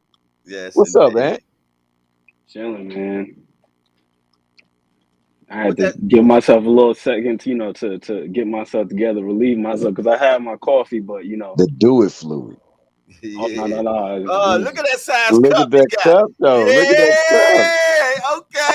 see, I Okay. got my little mantra on there. Strong vibes, calm minds. Okay. Hey, Keep hey, hey, myself, hey. keep myself collected and I like the cup size That's though, that. That's that Jack. John Spartan. That's Yeah. that John Spartan mug right there. Enhance your calm. Yeah. With yes, that sir. You do it know what I'm fluid. saying? Keep me together. Got my force going on. My little Obi-Wan Kenobi. Okay. What the sweatshirt say? What the sweatshirt say? Oh, protect your neck. Oh, okay. Oh yeah, Wu that's that. Tang Yeah. Clan. Oh, look at Jay. Look Wu at Jay. Tang. Come on, man. What you So The look talking at Polo about, Jay. Don, man? aka the That's the Polo polo. Don. That's the polo Don. I told you he got a line to Ralph And, Lauren Mc- himself. and He's McQueen and connected gave with the you. man. He's connected with the man next to the man next to the man who called his piccolo player. Man. Okay. And he had a polo shirt on while he called that Mickey Figgy a That is like so ingrained in my mind. My pops had me listening to that tape when I was a kid, man. Robin Harris. The mm, man next to the man next to the goddamn man that called yeah, my piccolo player. Just two Bettis. Yeah, Robert Hurt, man. That dude was something else, man. Yo, that little Oh, bit about the spare change. Look what these brothers have for spare change. Get your ass a spare job. Then you have some spare change. Oh man, remember he was in the movie Do the yeah, Right house Thing, party. wasn't he? Oh, Or he Mm-hmm. was House wasn't Party? doing it. He was Yeah, He in was Do no, the you're Willie. Right right. Thing. You're right. He was Yeah, doing the Willie. right thing he was too. Willie. Yeah. Yeah, We ain't gonna say the other. We ain't gonna say the No, whole no, he was no, for no. the Willie. pause He was community. Willie. He was just Willie. He He was was Willie. driving. That's it. He was driving red Fieros back in the days too. Hey, cut it out. Man. Oh, just He said he ain't got no neck to protect. Patriots is you really got Zhang by brutal KO in the second round. Mm, Did you mm. watch the first fight, Thomas? yeah, I did. I did. I actually did it. Like I said, it was like, man, it was just amazing how it looked like Zhang just was that much quicker than Joe Joyce. Like Joe Joyce was moving in slow mo, super slow motion. He is slow. He And I is mean, slow. it was like to every one punch he threw, he got three coming back at him. Mm. And he was marksman with. I mean, like he was spot on with his placement in that fight. Yeah, I did not I think think that's part of what he has to do, though. I think he's got to up his output a little bit more. I'm not saying be reckless, and he's got to find that sweet spot, of like throwing punches and bunches, but not to do too much the way he's hanging himself out to dry. Because Oh, just yeah, throwing definitely. one shot at a time. So do you think that he starts? Does he need to move to the right then as he's throwing his punches? Because he was standing right in front of him. Does he need to move to the right? No, I don't think so, because I think that falls in line with what Zhang wants to do. One thing I noticed with Zhang was actually moving to his left, which would be Joyce's right. So he was actually putting himself in line with the right hand. Another thing I noticed about Zhang too is looking at both of their stances. Joe Joyce is a lot more square in his stance, and Zhang is a lot more bladed in his stance. So a lot of Oh, times he would definitely, be bladed and definitely. kind of like giving him a smaller target to work with. And typically, most of the time, you see when people, especially in an open stance fight, one guy wants to keep his foot on the outside. Mm-hmm. Zhang was actually keeping his foot on the inside of Joyce's lead foot. So that to me, that seems like it was like very intentional. That he was just trying to keep him in line with that left hand. Yeah, he definitely was. And I mean, to his disservice, I mean, he stood right in front of him, just was barreling. Like I've never seen somebody whose defense is you hit me as hard as you can, and I'm just gonna hit you hard. And that's how every fight I've seen of Joyce, that's what it looks like. It looks like, okay, well, I'm gonna take your best shot, but I bet you can't take mine. Big Bang was not playing that day. I don't think Joe Joyce's defense is that bad though, and I say that I mean from a technical standpoint or from a mechanical standpoint. Because initially I thought that the issue was just him just dropping his right hand, but he kept that right hand up. But the thing that Zhang was doing was, if you notice early on, he wasn't really shooting a jab like that. He was just using his lead hand just to control Joyce's lead hand and keep him in place. And Joyce would keep his hands like this. And then what was Zhang doing? He was throwing a right hook around. Yeah, he So was he was looking. leading with that right hook as opposed to Yeah, shooting his jab. He was just pulling at his hand, controlling his lead hand, keep his hands home. Then he would throw a lead right hook around and then boom, straight left. That was his primary combination for a majority of the fight. Lead right hook, straight left hand. So shout out to Just Do Boxing is in the building. What's up, little big homie? How you feeling today? Sorry, that's the guy right there, oh, just in the building. I think Just he's just slow. I don't think that he's got bad. I don't think he's got bad defense from a technical standpoint. I just think he's just slow. Like he's got his reaction time is not the best. I think he can be a lot better with anticipation, possibly. mm-hmm. He could So what? definitely be better with anticipation as far as preparing for certain things so he can get a jump on him. But his reaction time is just not the best. Zhang, there's a huge disparity in hand speed too. That was apparent. Yeah, very much so. What do y'all think he got to do to make this a win?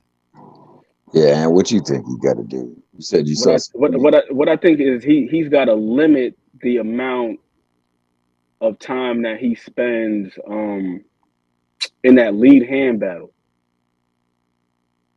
Because if you notice with some guys, like when they fight kind of like in a rhythm, like where they'll like, all right, we're gonna touch gloves, and then it'll be like 1, 2, and then they'll throw the shot.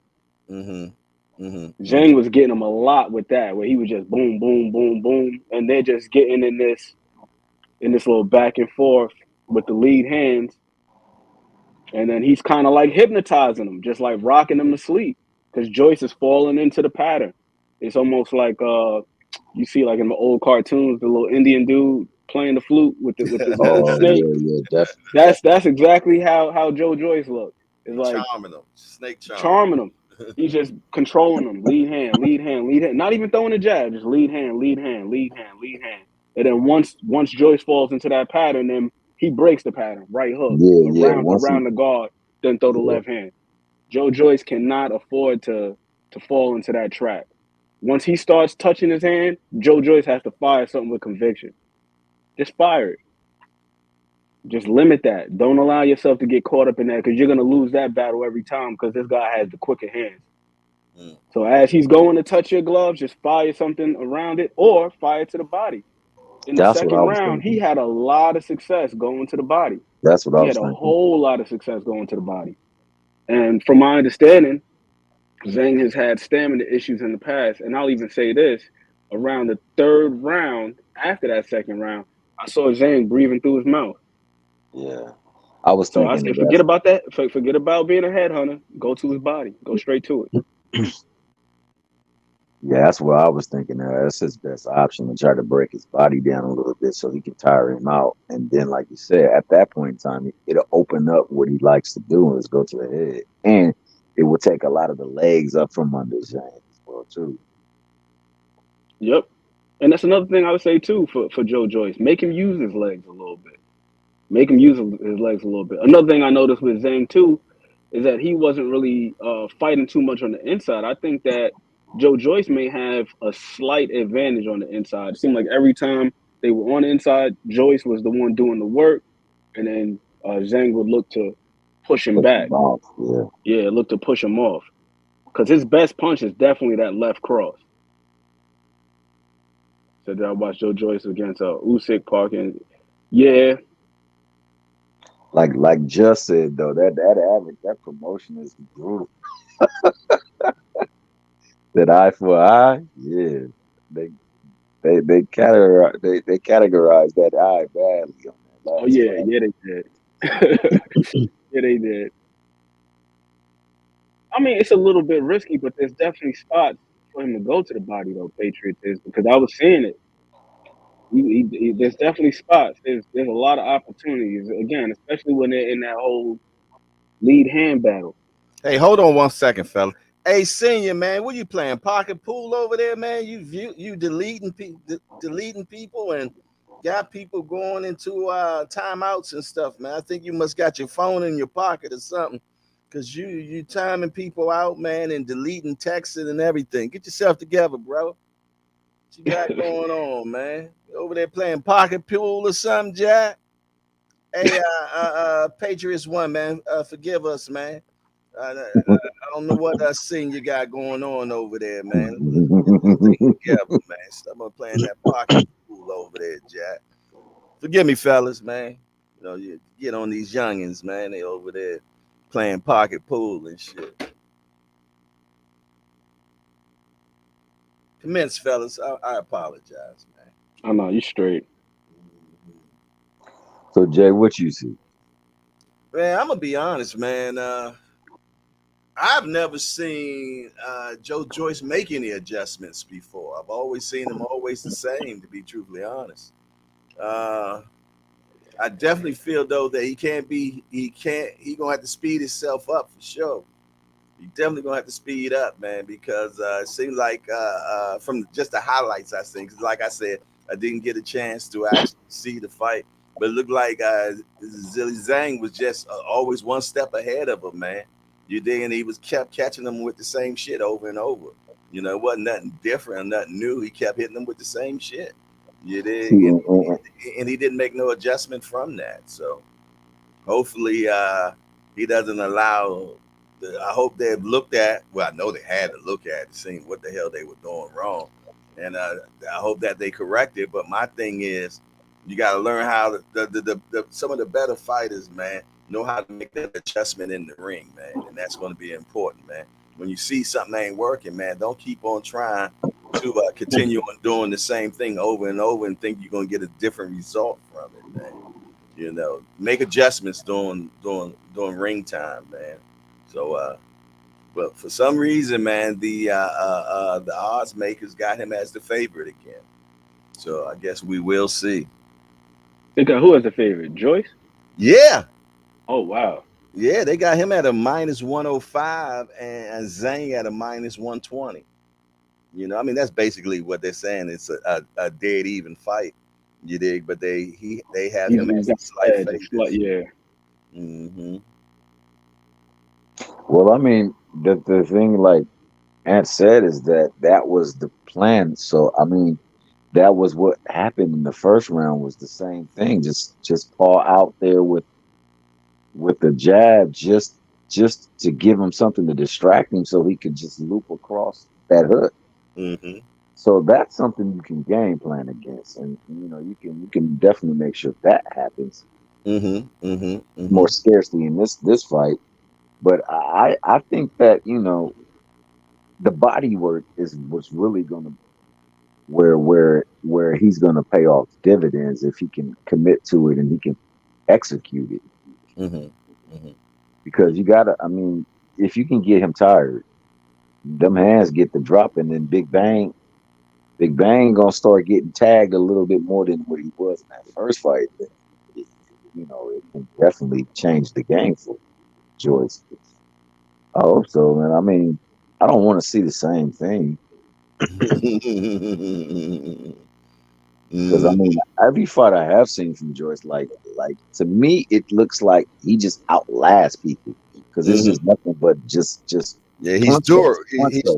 he's He durable. He's durable. extremely durable, extremely. I That mean, nickname, the Juggernaut, is definitely apropos. I'll say that much. It's very fitting. I can't disagree with you at all, Thomas. But again, it's like when I was watching the fight, just looking at him mechanically, he Hmm. seems to be fine. I just think that just athletically, at least from a speed and quickness and reflexes standpoint, Hmm. it's like he's like a huge step behind the majority of the guys that he's fighting against. Right, right. Yeah, yeah, yeah. He's definitely the type of cat that be in one of those fights where with the backroom bulls, man, where they just beat each other senseless until whoever the toughest one lasts. Yeah, Yeah, that's how I look at Joe Joyce, man. He's one of them cats, man. You did, and he ain't getting no younger, man. So whatever he got to get going on needs to happen now. Definitely needs to yeah. happen now for sure. We also Well, got Africa fighting this weekend. What do y'all think? Oh, in my opinion on this fight against Zhang and Joe Joyce, I think I think we get the same thing over. I think Deja Vu. I think that Zilly Zhang beats him again. That's what I think. possibly. Hey, yo, Thomas, did you just say that he should move to his left or his right? A to his couple of left, minutes ago. to the yeah. I was Yeah, saying to his to left. Joe Joyce to his left, right? Yeah, George Joyce to his I think left. you might have something with that because I'm actually looking at the phone. I got it on my phone right now, and I think that's a pretty damn good strategy to be honest with you. Because for one, that'll keep him out of the way of the left hand because he doesn't have the best head movement, and even though he keeps his guard up, it seems to be pretty static. It's not very active. So he keeps his guard up, but it's not like he's catching and parrying with it all too much. You know what I mean? Yeah, So I I think moving to his left will be good in that regard, and then also it allows him to create angles for things too. That's In a what I was straight thinking. line, he's not gonna beat Zhang in a straight line. Yeah, he's That's just not too quick happening. to punch. Too quick to the punch. He's too quick to the punch. And I mean, like I said, it just looked like the Matrix where Neo was dodging those bullets. Even though the punches were coming, and I mean, it was like three of them was coming right back. But yeah, if he cycles to his left, but see, I always say things thinking like from the other side, like football. I play football, so when I be like on the left, I'm thinking No, from no, the I right got you. side. Yeah, I got you. And another but reason why that makes sense too, because like I pointed out before, if you watch the fight and you just look at their feet, if you look at their feet, uh, Zhang was keeping his lead foot on the inside exactly. of Joyce's lead foot. So it's not like he was trying to cut him off from going to his left. He actually wants him to go that way. So, well, he wants him to go to his right so he can line him up for the left hand. And I just looked right here in the second round, and I thought it was Joe Joyce's best round, except for that one instance where he got hit with that straight left hand. But for the most part, that was a round where he did his most effective work, and it was when he was moving to his left. Yeah, exactly. And I don't understand why he. Well, it's like Al Booger said, man. Al Booger said his best offense I mean, his best defense is his offense, and he usually just out throws people and is able to take their punches. So he doesn't have to usually strategize against them. But that worked in that fight, and I don't understand why they went away from it. And I don't understand why his corner didn't tell him, look, we got to start moving him off of his axis because he's giving you that opportunity because he was given the opportunity to him. And he doesn't move well. Zhang's not a good mover. The So boxing kangaroo has entered into the building. Shout out to the boxing kangaroo. He said, I "Salute, think Jay, he my is going brother." forwards and backwards.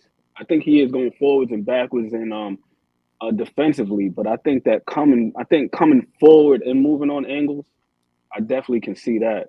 Especially like again, because his best punch is his straight left. yeah, Because I just see, looked at this clip for this what's the name. It's like I would love to share, but I ain't trying to get you flagged out here. It's just like Nah, a brief sequence. yeah, I did one the other day, man. That little Showtime clip. They didn't give me no flag, but they demonetized one of the shows that we had the other day when I put in that little clip with Canelo. They sure enough hit me with that. Senior just asked Ant like who he think win between Matias and Hitchens. That's Mm, a great fight right there. No, that is mm, that is. the Matador and the Bull. Man, I think Matias he got a little bit more craft to him than he's typically given credit for. And I'll say this also for what he shows too, Yeah, for more than what he shows. Yeah. for more than what he shows, because Hmm. yeah, I typically think he's one of them dudes too where he's going to try to outlast you. But he got a nice little parry game, nice little tight defense when he wants to employ it. Hmm. Hmm. definitely. Good And I fight. think I like that fight, man. I like how you play. I mean, how you said worded it. I think like he just comes out of the bag with what he just needs for that fight. Because I've seen him do some slick stuff in the ring, but he Hmm. got he got that meat in his hands though. Boy, he hit you with that TNT. It explode that what you call it, Jay? What you call it? The Boo Bop Bang. Yeah, he got that in the doses. Yeah, he does. Yeah, he does. And the L thing with him is oftentimes it doesn't even look like he's throwing that hard either. Hmm. That's what I'm saying. Like It's that's when Heavy, you effortless. know when heavy the hands. cat got heavy Heavy hands. Like hands. Yeah, Yeah, exactly. it's effortless, and it's like that. Somebody I forgot who it was. They did an interview, and they said like when you try to throw hard, oftentimes you don't hit people as hard as you would. I think it was Tank. He said like I don't really try to throw hard. I just throw my punch and I place it, and you know, it just, I guess because it's effortless and I'm just doing it mechanically sound, it has an impact. But that's Matias in the heart. Like, he doesn't try to throw stuff hard. He Mm-hmm. just fluidly throws it, but he has them heavy hands, and man, it has an impact on you, something fierce. I mean, look at Wilder, man. Some people, man, just can get together the right torque and everything, man, and they whip them shots as well, man. And it's just amazing what they can do to you when they like like when the recent last fight that Wilder had, man, and he knocked out his sparring partner, man. That's what I was talking about. Yeah, you Yeah, talking He about? was going backwards when he knocked Hellenius out. He was going backwards. yeah, exactly. And it didn't even look like it was a real hard shot, No. man. It But part didn't. of it is but part of it is that he also walked him into it too. So Hmm. But even though he walked him into it, that man got to have some serious torque on his punch, Mm. because it didn't look like he really. It looked like he grazed him. Man, it really looked like he took a dive. until you see that ringside angle though, I saw that on Twitter. Somebody posted that ringside angle, not the Mm-hmm. broadcast, and when you hear the sound of that punch, it was crazy. Mm. Oh It yeah, was Yeah, crazy. when you see how he was laid out, you know it wasn't fake. It No, no, wasn't fake. I definitely know wasn't Yeah. that angle that he's talking about, and you can see like his body like tremor with the shot. It was a quick tremor. Mm-hmm. Yeah, Like, Mm-hmm. I couldn't believe. I'm like, yo, it looked like he barely touched him. But when they showed that angle, he did catch him flush coming straight towards him. coming Bah! straight towards him. And if you saw the way that Hellenius fought AJ, it was a complete different game plan. He wasn't coming forward in that fight. He was on the back foot. That's why I don't really give AJ too much flack for that performance, because dude was super vigilant. He And was on the not juice. trying to get caught. He was not trying to get caught coming forward And on the juice. and on the And on juice. the juice, you right And about on the that. juice. Mhm. No, I Only agree thing with with that though, AJ, Rod. only Senior, that placement. Oh oh no, yeah, go ahead, yeah. Tommy.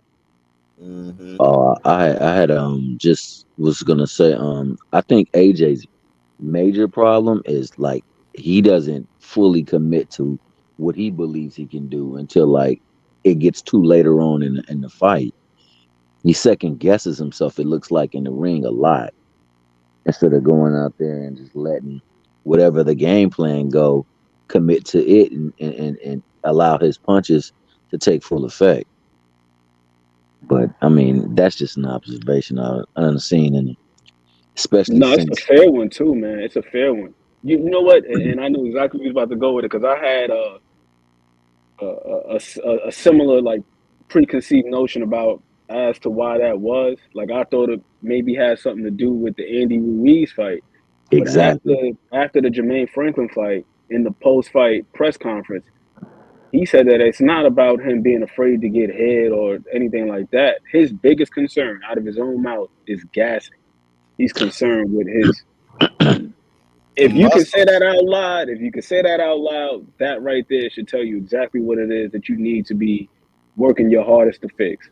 Yeah, the muscles, man. They yeah, eat he up be all too that. damn muscular. He Yeah, be the too muscles. muscular. They The eat up bodybuilder, as Tyson Fury calls him, the bodybuilder, the in the body. middleweight, the big dosser, the big dosser. But Oh, yeah, I'm it's the sorry, Jay. muscle, bro. You were gonna say something, Jay? I I'm was sorry. just saying those muscles, man. They need oxygen, man. Exactly. You dig? And they eat it all up, man. That's why his recuperative powers are not that great, man. It takes him a minute to get back together. You dig? So and that's another thing. What I say, if he got in there against Wilder, man, and Wilder do get that shot off, I think Wilder stops him, man, because I just don't think his recuperative power is going to be good enough to be able to withstand the rest of that onslaught that Wilder puts on him. So, Possibly, so, possibly.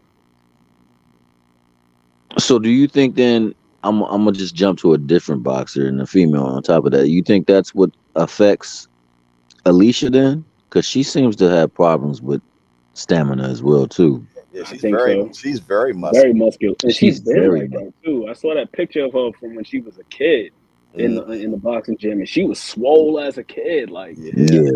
yeah, so, yeah. Yeah, for sure, man. So yeah, the muscles, man. Those You got to sometimes do more road work or something. I don't know. the muscles. Got to do more road work or something, man. My Yes. guy Caleb Plant too. I love me some Caleb Plant, but when you see him, that dude, he always looks like he's in phenomenal shape. When you look at his physique, Hmm. lats and everything, it's flaring out like goddamn Bruce Lee. Hmm. He's cut up, and then stamina issues, man. Like talk about the Benavidez fight, but it was like that in the Uzkateki fight too. He damn near got clipped in the going into the championship rounds around like the ninth or something like that, eighth or ninth. You know Just what? those muscles. You know what always got me watching these fighters, man, to be having these dad bodies and everything, but be punching like hell, man. I mean, punching like hell. They ain't really got no muscles really going on. You dig? But I'll tell you what, lay you straight out, man. Lay you straight out. You did. The balls community out there is talking right now. So, and what you think then about Oh my goodness, what was I about to say? I lost my train of thought with the muscles. That's all right. Hey, Wham old Senior, school is in the building. Senior, I agree with that too, man. I agree with that too. She got a little bit of that Canelo tendency coming out, throwing super hard shots early, not really taking too much off her punches. She's coming Mhm. out throwing these big shots. It's like, yo, you gotta pace yourself. I think that if she paces herself a little bit better, then I thought she managed herself fairly well in her last fight. Fairly well in her last Yeah, fight. She yeah, did a yeah. little bit of a better job with her pacing. But yeah, I agree with that 1,000%. Typically, she comes out and she's throwing heavy shots She throw from the haymakers. from the outside. Yeah, Yeah, yeah, it she was, throw you haymakers can't like be loading up like that. I think that's why bad Canelo intentions. gassed it a lot. Canelo come out, that left hook is on 1,000. Like soon as he comes out, it's, you don't be working behind the jab or nothing. It's just Ain't super that super crazy? hard left hook. Yeah. You come out in that high guard, as soon as you touch that high Yeah. guard, left hook, Boom. Right. like Exactly. bro, just chill out, like ease into it, pick your shots. Nah.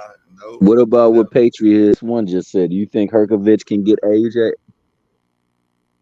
Anybody can beat anybody, really. Yeah, I mean, especially in that we heavyweight talk about two division. people in there with hands, man, getting punched in the head. You know what I mean? Like anything could happen to anybody. No, I think that last performance by Herkovich, he has a problem with motor as well too. So you pretty much playing into AJ's hands if you ain't throwing no punches. You got to throw punches on AJ. You got to give him something to like keep him flustered. Because if you don't, then eventually, like he's gonna put together a punch that's gonna change the outcome of the fight. Hmm. And Herkovich Them didn't. big guys, man, they hate road work, man. Them guys need to run. Them guys hate road work, man. I ain't talking about on no damn treadmill either, man. You need to get out there and do some real running, man. Some That some, treadmill shit, man. some Chris Bird. Yeah, Chris Bird used to run his tail off. Yeah, it's important, man. It's important. You need that, man. You need that. You did. Hey, even you see, Wilder my done guy been. ain't do no road work, and yo wasn't one of my favorite fighters. That's the only reason why he went up to heavyweight because he was so damn lazy. James Tony, lights out, baby. Yeah, Lights Out he was an anomaly, bro. He was a hell of a fighter, bro. Cause he A had hell scales of out. He had scales out the wazoo, but he just did Mm, not like to run. yeah, that's so important. Wilder don't like running, but I heard that he's running now. I Yeah, heard he he need to doing. start running because if he had some conditioning, man, it wouldn't even. I don't believe it would have been a contest no matter what Fury did. Mm, Cause he got that one headed quitter. That boy, it come up on you. You asking the ref to stop the fight. Yep. Hey, that first fight though. I swear to God, he must. That who was that? Thomas, the one that was like convulsing in the ring. oh, you talk Oh, one that fought oh, Wilder. You talking about? Yeah, yeah. Oh man, that that was was scary. crazy. That was crazy, That man. was scary. I don't even Yeah, like seeing knockouts like that. I ain't gonna lie to you. Like that's not even exciting to me. Like that shit is frightening. I'm yeah, like, man, that was I don't like crazy. seeing stuff like that. Yeah, body was doing that I can't twitching think of and what this cat's name was. yeah. Let me look back because I was just talking about that particular fight one day and I couldn't remember that guy's name, but I think he was a foreigner for sure. Yeah, Mm-hmm. yeah. Let me see. What was it? Man, what was his name? I think if I see it, I will know the name. Let me pull up the box rack. It, I'm doing the same thing, going to You doing box the rec. same thing? Yeah. I'm gonna say Okay. this though, see, I think AJ got heart. I'm not gonna say he don't have heart because we seen Was him it drop was multiple times in his Likovich? career. Was it that guy Likovich or Further? It wasn't Further. I think it was No, it wasn't Spilka. Liakhovich. It was Spilka. It was It Arthur was, Spilka. Spilka. Yeah. nah. Was it Spilka? I thought Spilka was the one. Because I think Spilka was actually up at the time on the cards, if I'm not mistaken. Spilka was the one. Is the little bald headed dude, right? Nah. Let me see. Let me look at the names real quick. Because Spilka, he fought in New York, right? Let me look at this one. I It was think either Spilka or Do Hotness. It was one of them two. it definitely wasn't Spilka. Spilka was the Hey, one that senior, he hit. It wasn't Spilka. I you think it was. need to go visit Coach Calvin then, huh? Because Coach Calvin be putting that penitentiary in him. Yes, indeed. I think I'm about to pull it up, man, and put this guy name in. And I think it was that Likovich guy. For some reason, I think that's who it was. Wilder, Wilder versus. Let me. It was either him or Do Hotness. It was one of them two. It I was one of remember them the two. I dude. know it was definitely one. It was definitely one of them European dudes for sure. Yeah, it was definitely one of the European, but it wasn't Duhopis. I remember that fight. It But was I think Spilka. nah, it wasn't Spilker. Remember, You don't Spilker was think? the fight he had in New York, and he knocked him out, but he wasn't convulsing. This guy was a big old dude. He was a big old square shaped type cat, man. I remember that. Wilder. I think it's that Likovich guy, but I'm about to see KO. Let's see. Let's see. I'm pretty yeah. Hold on. Fighter gets KO and starts into convulsions. That was Wilder against uh yeah, Sergey Lakovich. It was him. Sergey Lakovich. Yep, Sergey Lakovich. yep, that's who it was. Jay on it there. Yeah, I remember he was a square shaped type of dude, man. So and I knew it was a foreigner. So yeah, that was him. Definitely him. I'm looking at it right Wilder got an underrated IQ too, man. He got an underrated because he be IQ. setting up cats, man. People don't understand. He be setting them up for it. You don't get lucky that many times, especially with guys that have more experience than you do. Which was What like everybody. what like 98% clip? How you lucky Oh, 98% of the time? and you drop everybody that you fought. Exactly, man. Remember when he fought what you call him, Gerald Washington, man? Gerald Washington had him down bad too, Jack.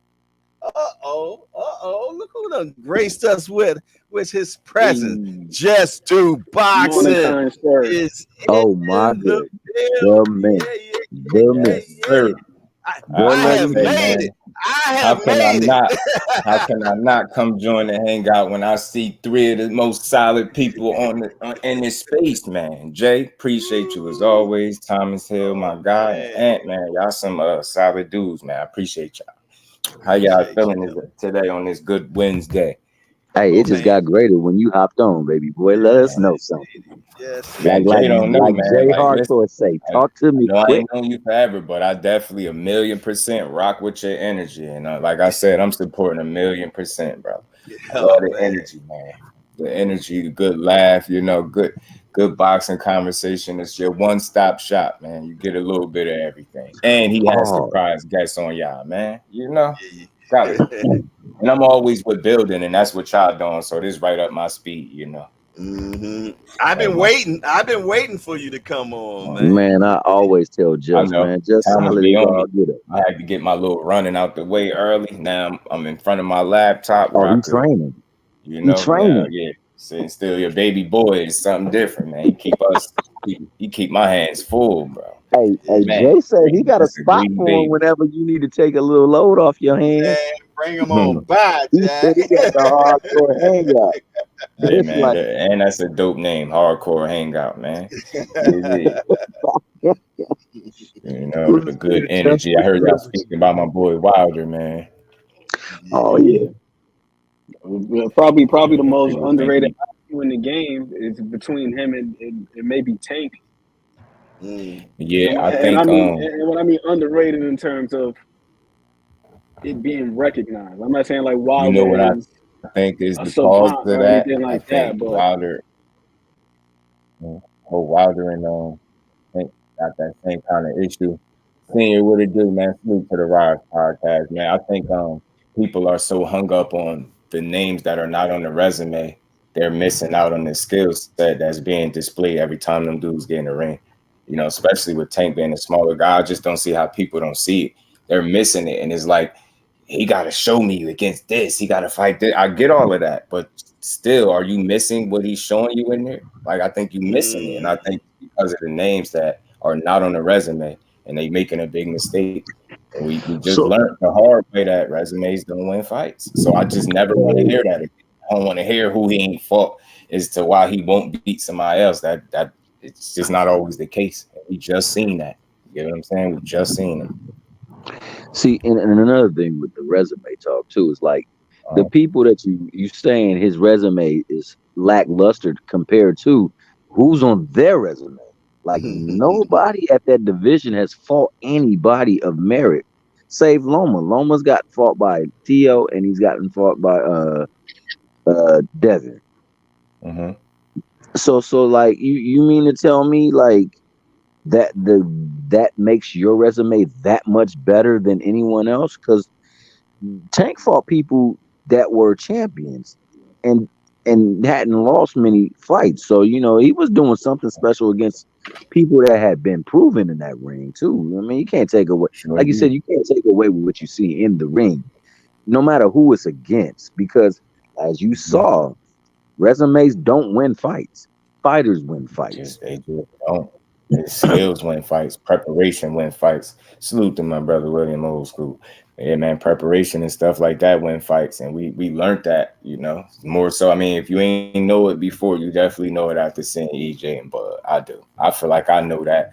I feel like I always knew that, and I think that's the only argument I think people could kind of hang their hat on with Tank. You can't say nothing else. And I just urge people to pay attention to what's happening when he's fighting the people that he's fighting. And you got to look. It's just like the same thing with Boots. Like, what is it that these dudes can't do? I feel Mm. like Tank is in a rare position. Like, how many guys could say, no matter who they fight, the worst odds I think he could have is 50-50. That's the worst case scenario. Like, there's no fight where he's just going to be in over his head and not be able to skillfully keep up with you. And I said this all the time. You can box with Tank, and he'll be able to keep up with you boxing, with your boxing, even if you got a slight step, if that's what you think. But can you fight with him?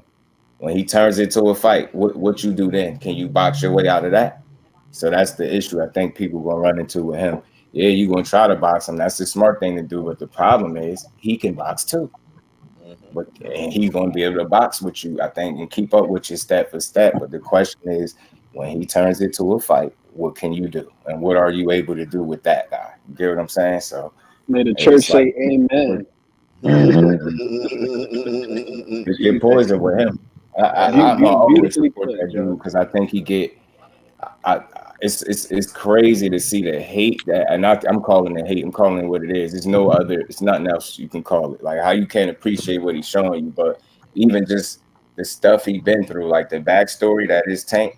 A lot Man, of us we could relate to what he been through as opposed to what I mean, just having it good and you're like, so you get what I'm saying? I gravitate to him for different reasons. Like he got a story that when it's all said and done need to be told, man. So and to Mhm. constantly be able to go through things and compartmentalize, put them things to the side. Like he puts his pain into you. So that's why I said, like with the little situation that he just went through, having to get locked up, it wasn't like it was prison, it wasn't life or none of that, right? But his next opponent, I do feel for him because whatever little issue he still has, he's going to take it out on the very next guy that he get in the ring with. I'm Yeah, telling he you. been real quiet. And you know what I Good luck. like? I like that he's staying in shape in between fights now. I like Mhm. that. You dig? So that shows that he's adding discipline to his repertoire. You dig? Right. And that's so important. And he understands at this point now that he is him. You dig? And that takes you to another level when you finally realize who you are when you're a boxer, man. And he's growing into that now. He knows who he Mhm. is. You dig? Yeah. And he knows that he has to remain disciplined, man, and he needs to Mhm. stay in shape in between. You dig? Mhm. Because he is a Mhm. businessman. You dig? I'm trying to tell you, he's Mhm. a whole complete dig now. You dig? Yeah. And he's taking control of what they say the face of boxing. He understands what his assignment is at this point, man. And shout out to him, man, and the crew Yeah. that works with him too. Yeah.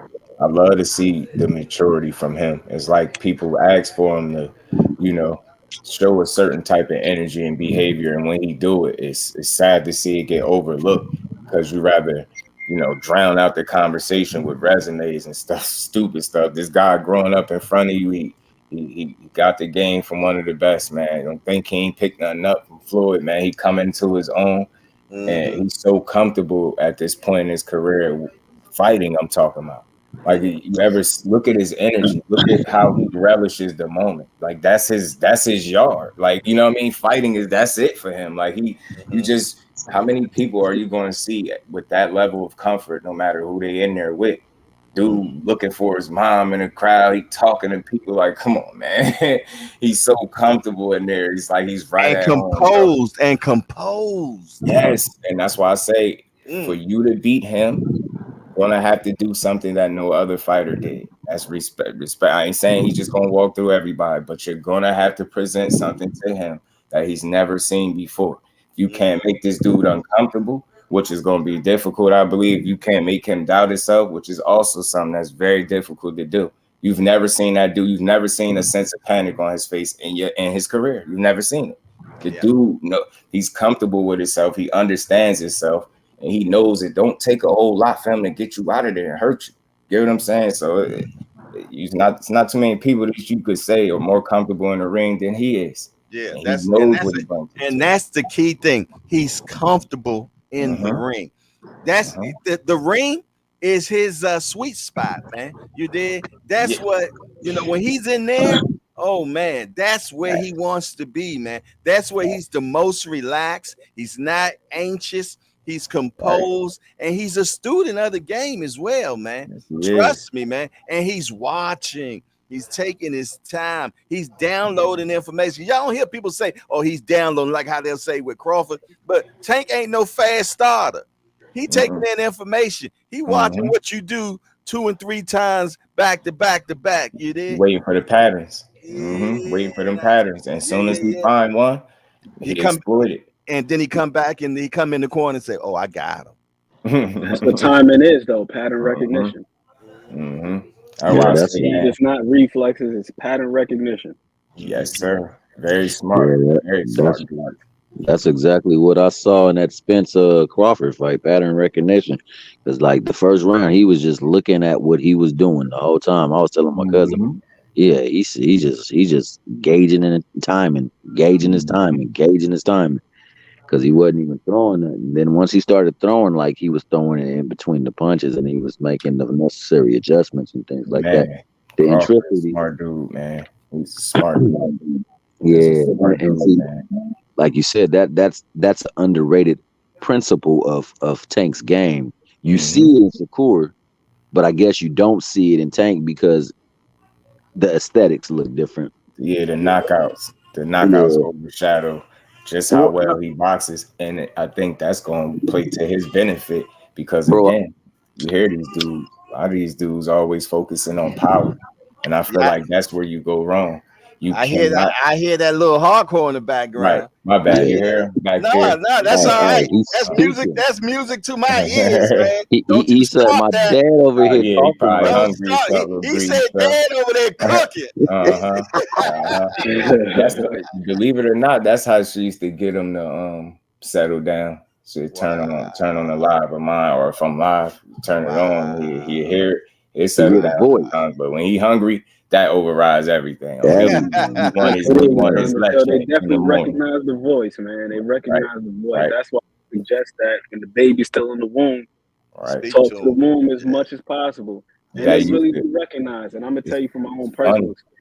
It's funny My because while daughter he was in was the feeling the NICU. stomach, I used Mhm. to talk to this, you talk to the stomach Got and to. stuff. And a lot of times he won't be moving and kicking and stuff till I come over there and start talking. And Wow. it's funny, I'll be like, kick.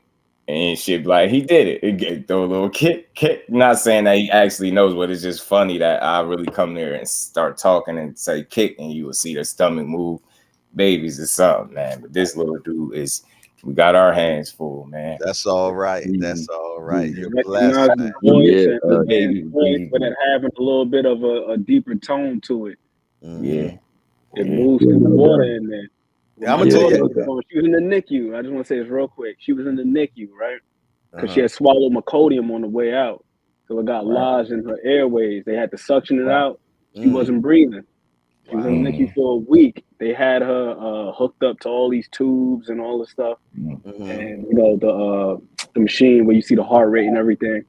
Mhm. She would be in there just laying down. I would go in there. I start talking. I lean in. I say, "Yo, it's daddy, fool." Her Mm. heart rate started going up. Even when I was talking to her. So Right. it's a real That's thing, man. They really I'm, good, bro. recognize. I'm gonna tell y'all something else crazy, man. You know that all access, man. The first all access that they had with Canelo Chalo, right? My Right. 25-year-old man, me and him was talking, man, and he said, "Dad, I thought I heard you in that, man." He said, "Were you there?" I said, "Yeah." He said, "I knew I heard your voice." He said, "I knew I heard your voice." I was like, "That's crazy, man." He Mm-hmm. said, As you say, he said he was sitting in the chair. He said, "Damn, that sounded like my pops."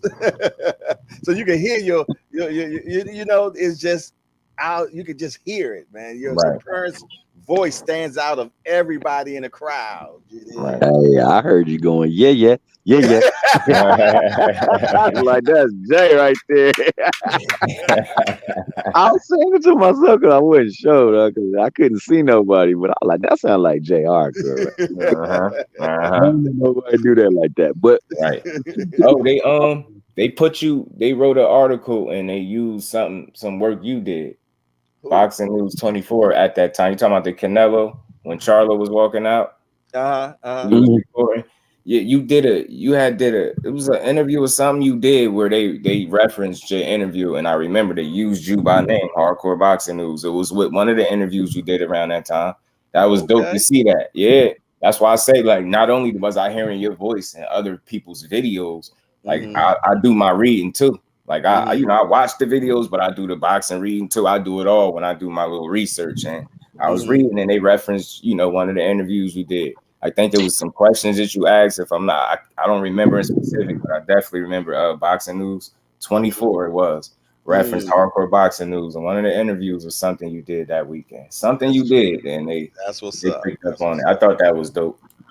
well, Yeah, I yeah, say, man, look at Jay I'm gonna making be honest with you. moves, man. You got that energy, Jay. Just like if Just get out there, man, people gonna rock with him because of his energy. Like Mm-hmm. like like right, like the Rise when they go out there, they rock with him because of that energy that they bring. You Mm-hmm. gotta, That like, as a authenticity. man, you gotta be able to know what type of energy to bring to somebody. Like for example, me watching how Jay do his show. I know what kind of energy to bring here. You get what I'm saying? It's an energy thing. You got to know how to read the room and bring the right kind of energy. That's why you don't never really catch me arguing with people.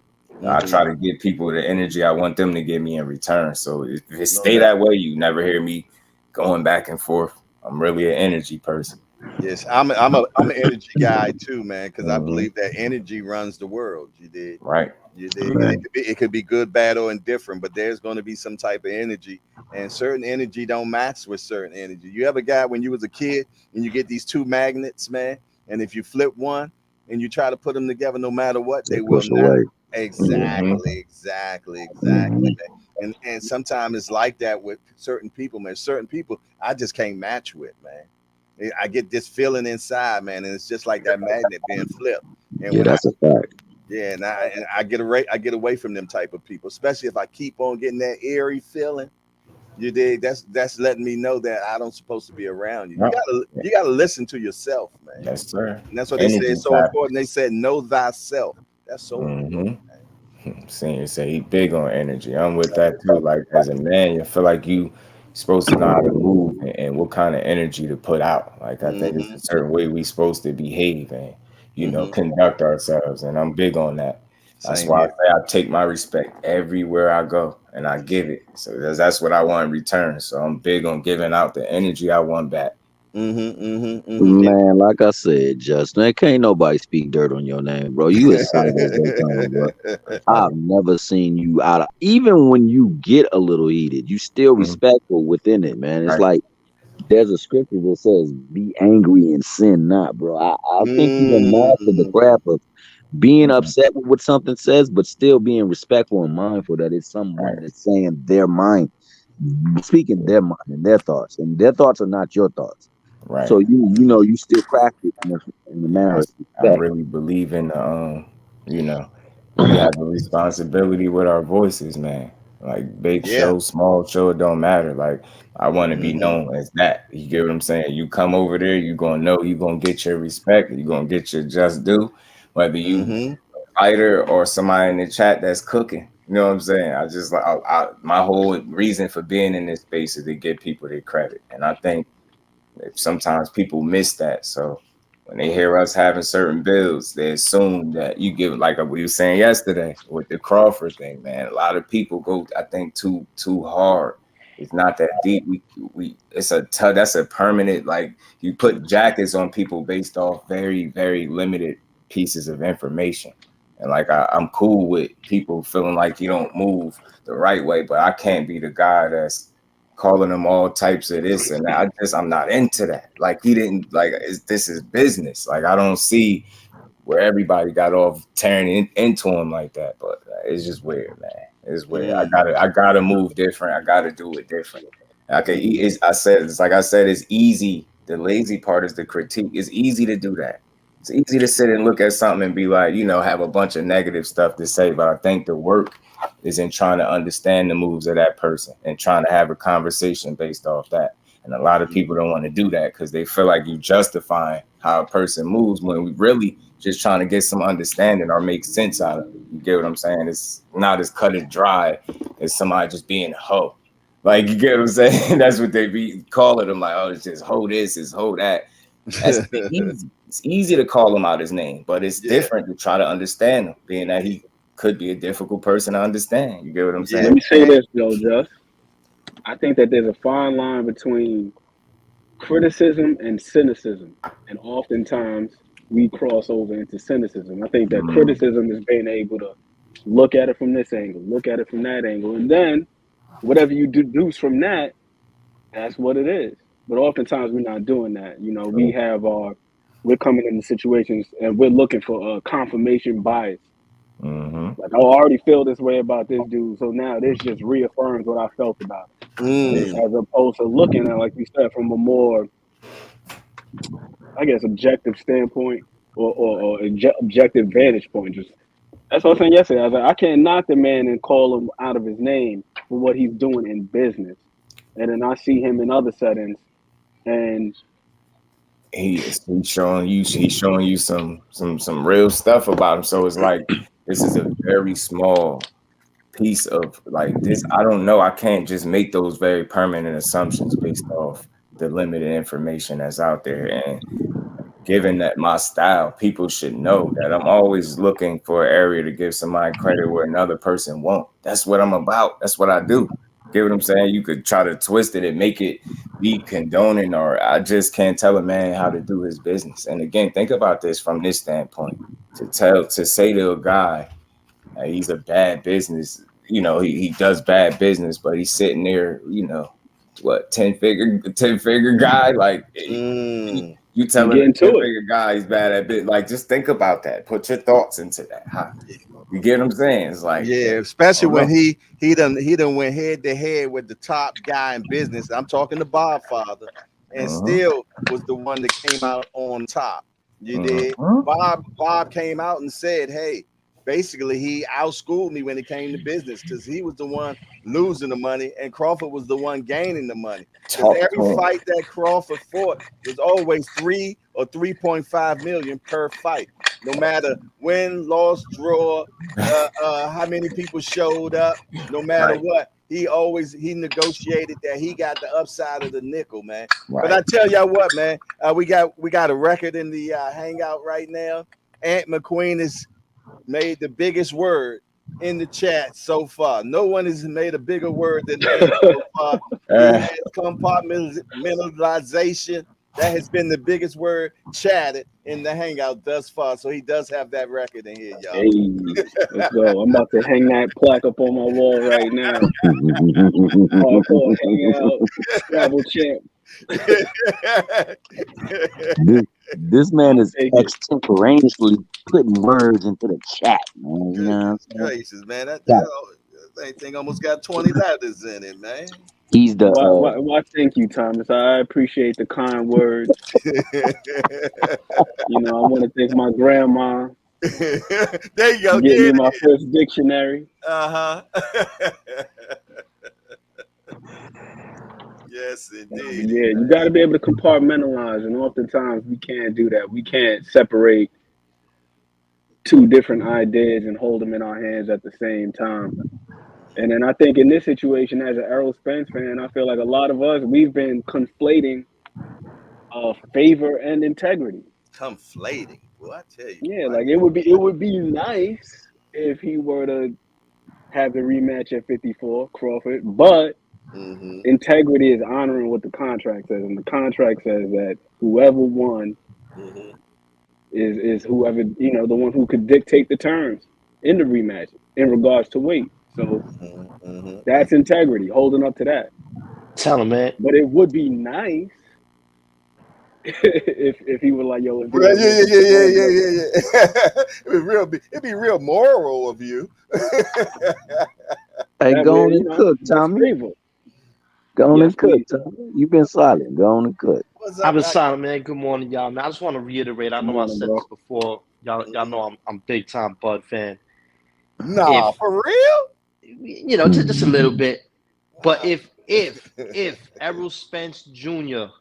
I mean, I don't think he should do it. But if he chooses to go down to 147 pounds again, and Bud makes him do that, that's some sucker shit on Bud's behalf, man.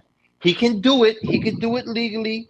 It might be his best business move. I get that. I think what he's doing, he's trying to force Errol to be like, you know what, I'm not going to do that, so he can get out of that fight. But if he makes Errol get in the ring at 147 again, it's some sucker shit. I don't like it. I just honestly, I don't like that. Let me ask you this question, though, Tommy. Do you feel as though it's a huge advantage for Bud, though? Because he has to cut the weight, too, as bro Umar was discussing last night. So he has Well, to cut the weight as well. So it's uh-huh. not like it's a huge advantage. What do you think on that? Well, I don't think it's a huge advantage because it's not easy for him. But I think he's banking on the fact that however hard it is for me, it's a lot harder on Errol because Errol's probably walking around 20 pounds heavier than him. I think Errol's a big boy, man. I think it's not even because of that. I don't even think that. I think the reason why they're doing it because they really don't want to fight again. I think that, That's what I yeah, think. yeah. I don't think, yeah, yeah, yeah. I think so. They say, you know what? We know he'll definitely fight at 54, but if we make him come down to 47 again, maybe he won't take the fight. And they said it. They said it in the text, man. It said, hopefully he don't take it because they Oh, were I like, got. why? Go ahead. I'm They were sorry. like, no, they were saying why. Yo, I got a peripheral side note, something I thought of, man. Something I thought of in regard to Boots. If Mm-hmm, Boots really want that action against the best of the best, he talking about Errol and Bud, he mm-hmm. needs to get in their way. And the way he could get in their way is by going and snatching the title at 154. Because there's a high probability Canelo Charlo is not going to fight Bud. He's going to end up at 154. Or if not, you got EJ at 154. Get in their way. If you want this belt, you got to come through me now. And that's how he's going to land himself one of them big fights. I bet you $1 to a donut. If he do that, he'll land himself a huge fight. Mm. Now, do you think that Bud should defend his titles at 147 before he moves up? because if that's the case, then he's the number one mandatory for him to fight. So hopefully, either way. No. If he's gonna stay at 147, yes, I think that's the only fight he should take at 147.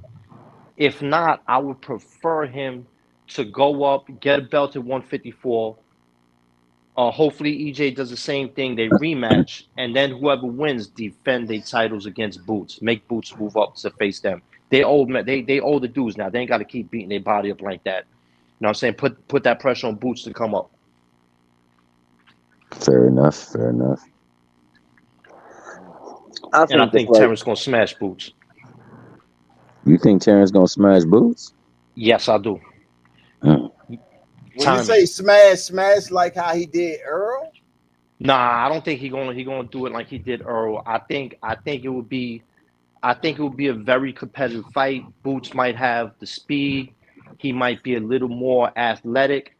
I think Bud is going to have a clear advantage on the things that you only get better at with time. Picking off punches, parrying shots, turning with a shot. Like those small little things, you just don't pick. That takes years and years and years to really, really get good. Some people get it faster than others. But I think when it comes to those small details that a lot of us don't even see when it's going on in the fight, I think that's where Bud will have the advantage against Boots. And also, Bud is brutally strong. If y'all didn't know it before, y'all should know it now. The man is brutally strong for his size. Well, I knew that when I'm gonna tell you who confirmed that for me. Andre Ward. Andre Ward. Him and Crawford did a interview like maybe 2 years ago, and they hung with each other like a whole week. And Ward said that they was wrestling one day, and he was like, "Man, that guy is incredibly strong." So at that point, I believe, because I don't feel. Because one thing about Ward, he never really came with cap. You did. He always pretty much shot from the hook. I mean, from the hip. You did. And yeah, probably need to pause on that one, but there it is. But That's in your Cobbs right there. That's in your Cobbs all day. yeah, for sure. But yeah, man, I think from then on, I said, you know what? I believe what everybody's been saying, that this guy is very strong. You did. So I knew that wasn't going to be a reason. I knew that him and Spence was going to have to teeter on that area, because a lot of people say that Spence is very strong in the ring as well. I used to hear that all the time too. So I knew in that particular area that it was going to be 50-50, you know. So when they used to say that Spence is the bigger man, and Spence was saying, "Oh, you light in the ass," and this, that, and the third. I never put too much on that. I really felt though that strength wise, Bud wasn't going to have any problem, man. Well said. Jay Hardcore, what you think of Joe Joyce going back into this fight, man? Because I'm ready to put some money on this one. I think. Well, if you're not putting it on Zane, keep your money in your pocket. Or I'm definitely putting it on Zhang. Okay, well, yeah. Well, yeah, Zhang is definitely going to win this fight again, I believe. Yo, I'm not talking down on the dude as a human being or professional athlete, but Joe Joyce, man, I can't stand his style, man. His thing is, I'm gonna walk through all your punches, wear you down, and break you down. He's Randall Tex Cobb. If y'all remember Randall Tex Cobb, I don't know who's old enough to remember Randall Tex Cobb, I remember. but that's what he Tex did. Cobb. Yeah. Randall Tex Cobb fight and the fight with Dooku Kim and Ray Mancini were the two fights the doctor Freddie Pacheco used to make the case to reduce fights from 15 rounds to 12 rounds. Randall Tex Cobb against Larry Holmes. He just took punch after the dude never got knocked. I don't think he ever got knocked down or knocked down his career, if I remember. But just Dooku Kim, he was the one that passed away. He passed away. Yeah. Mm-hmm. Yeah, I remember that. Was that after the Mancini fight? Yeah. Yeah, it was the movie Mancini fight. Yeah. What is there for Joe Joyce to do, man? What can he do? He's slow. He don't move his head. I mean, obviously he got to move his head. And what I'm thinking is, because he's slow and he's not athletic, he really needs to learn how to parry some shots, pick some shots off. You know, if Zhang wants to, if he wants to stick his lead arm out and try to shut his jab down with that free arm, punch him up in the shoulder, punch him in his armpit, punch him in his elbow, make that shit hurt till he stop. I don't know, man. I just don't see him winning. I don't see him winning. I see Zhang beating his ass again. Yeah, That's what I was saying earlier, Tommy, with his guard. It's like he keeps his guard up, but his guard is static. It's just here. It's not active at all. Like he yeah, doesn't catch anything. He doesn't parry. It's just here. robot, He keeps it up, robot. but Yeah, He needs to punch with him because he's not fast and Zhang got faster hands. So he needs to punch with him. Get your head off the line and punch with him and hopefully land something. Kind of the I think way he the can way do it with his Ken legs. Norton did against Ali. I think he can do it with his legs, Tommy, because there were a couple of exchanges in the fight, especially in that second round where when he was circling to his left, because I noticed that Zhang was keeping his lead foot on the inside of Joyce's lead foot, and with that being an open-end fight, it's not like he was trying to cut him off. He was actually imploring Just Joe to stay throw right that there. right hand so he Hmm. could throw that left hand. So, Wow. like Thomas said, move to his left. And when he was moving to his left, he was actually getting off the line because Zhang is trying to throw that left hand and he's moving the opposite way. And Zhang was coming up just like this much short. So I don't think the head movement is going to improve, but he definitely can use his legs. And as he's moving to his left, throw a left hook, especially to the body. In that second round, he did some pretty damn good body work. I don't know why he didn't employ that a little bit earlier and stick with it, but there was definitely an opening there, especially with like you said. I noticed that as well. Zhang was using a whole lot of probing, just keeping that lead hand out there. So step to your left, you got that lead hand out, dig to the body, make him drop them hands a little bit. Then you can try to go back up top. But just trying to go back up top, I think Zhang's his defense is a little bit too good for that. For him to just be trying to head hunt from the outset, mm, because there's definitely a route to the body there. You got to move to your left. Keep moving laterally. Don't get caught up moving in a straight line. Move laterally, left to the body. I think he can do a little bit better than he did last time. I don't see that head movement getting better, and I definitely don't see him being a little bit more fluid with his guard either. It's just so static. It's just this. He's literally like a rock'em sock'em robot. yeah. It's Yeah, just this. yeah, pretty much. He's not catching nothing, not deflecting nothing. It's Nothing, just this. nothing. Yeah, I think Hey, those. Zhang started yo, hooking around that guard, man. He started. If you notice, Zhang wasn't using his jab. It was lead right hook around the guard, straight left, right down the middle. That was rinse, wash, repeat. That's pretty much Yeah, he what it couldn't was. miss with it either. Couldn't miss with it. Zhang is actually a good fighter. I realized he was a good fighter when I seen him when I seen him fight Philip Hergovich, and I think it was a very close fight. I think Hergovich won. Zhang seemed to gas in the end, but watching that fight, I realized, I never really heard. I'd seen him before, but I never thought he was nobody. Hergovich is being pumped up as another great white hope, like this big prospect. And Zhang was handling him, man. Like he was getting his, man. Hergovich won, but it was not easy. And I no, wasn't you're overly impressed with absolutely right, and that's Hergovich. what I think. That's what he has to capitalize on, the fact that his tank isn't the greatest tank, and his leg movement isn't the greatest leg movement as well, too. So, like Ant was saying, if he can slide or shift to his right and throw that hook to the body and just continuously take that down, eventually you break down that big wall of China and you can go on to take down the head like he liked to do, but he just can't stay inside of his foot like that and just jab or punch with him because, like you said, he's got he's got no chance that way. I Mhm. mean, he basically virtually just gave him a jab to look at, just so he can hit him with the ooh wop around it. Occupied, just occupying. It was just blind him. And Tommy, that was a great point about that lead hand, man. That's essentially what won Zhang the fight. That's what kept what's the name in line for that left hand. It was just he was just so occupied with the lead hand. And again, to your point, Thomas, he wasn't even shooting the jab. It was just Blind jab. probe. But then once he fell into that pattern, it's right hook around the guard, straight left down the middle, and he could not miss with it. At one point, I think the power punches was like over 57% or something crazy like that. That's crazy. Yeah, especially for heavyweights. That's crazy. That is crazy. That is crazy. Like, yo, And the odd thing about this, man, Joe Joyce is amongst the very best, amongst the cream of the crop that the UK got to offer us in boxing, man. That's not a good look. nope.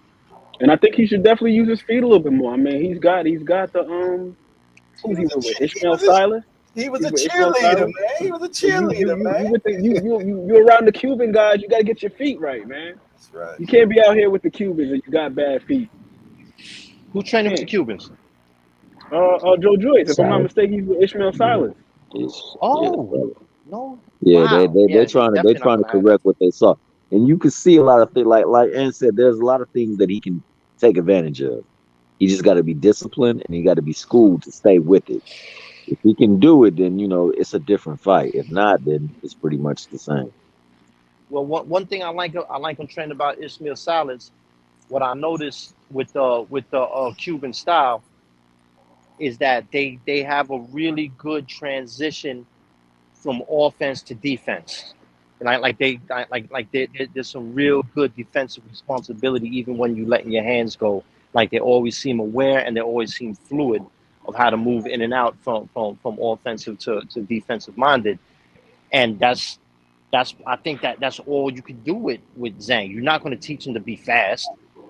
You know what I'm saying? You're not going to teach him to be slick. His legs ain't going to get no quicker. So you just got to teach him to do what he does better. Start making, as Ant was saying, he has a very inactive guard. Start making that guard active, and just start moving your head a little bit. Move from the waist, move your head. Learn how to start shifting your weight from foot to foot. That right there, that little difference in inches is going to bring a little defense into the game. I hope. I'm just talking shit. I really don't know much about boxing. I just know a little bit, a little bit. I just know enough to act like I know a You lot. You making know what I'm saying? sense? It Nah, makes you sense make to Yeah. us. sense. Come on with it. Come on with it, man. Being modest over there.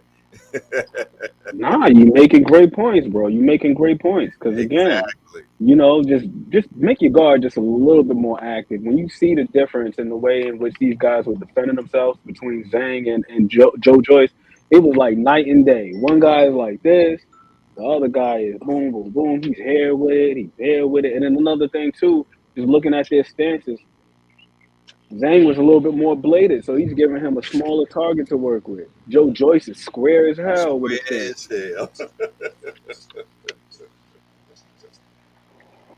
It's Yeah. so square. It's like a tough man contest, is what I from the highlights, man.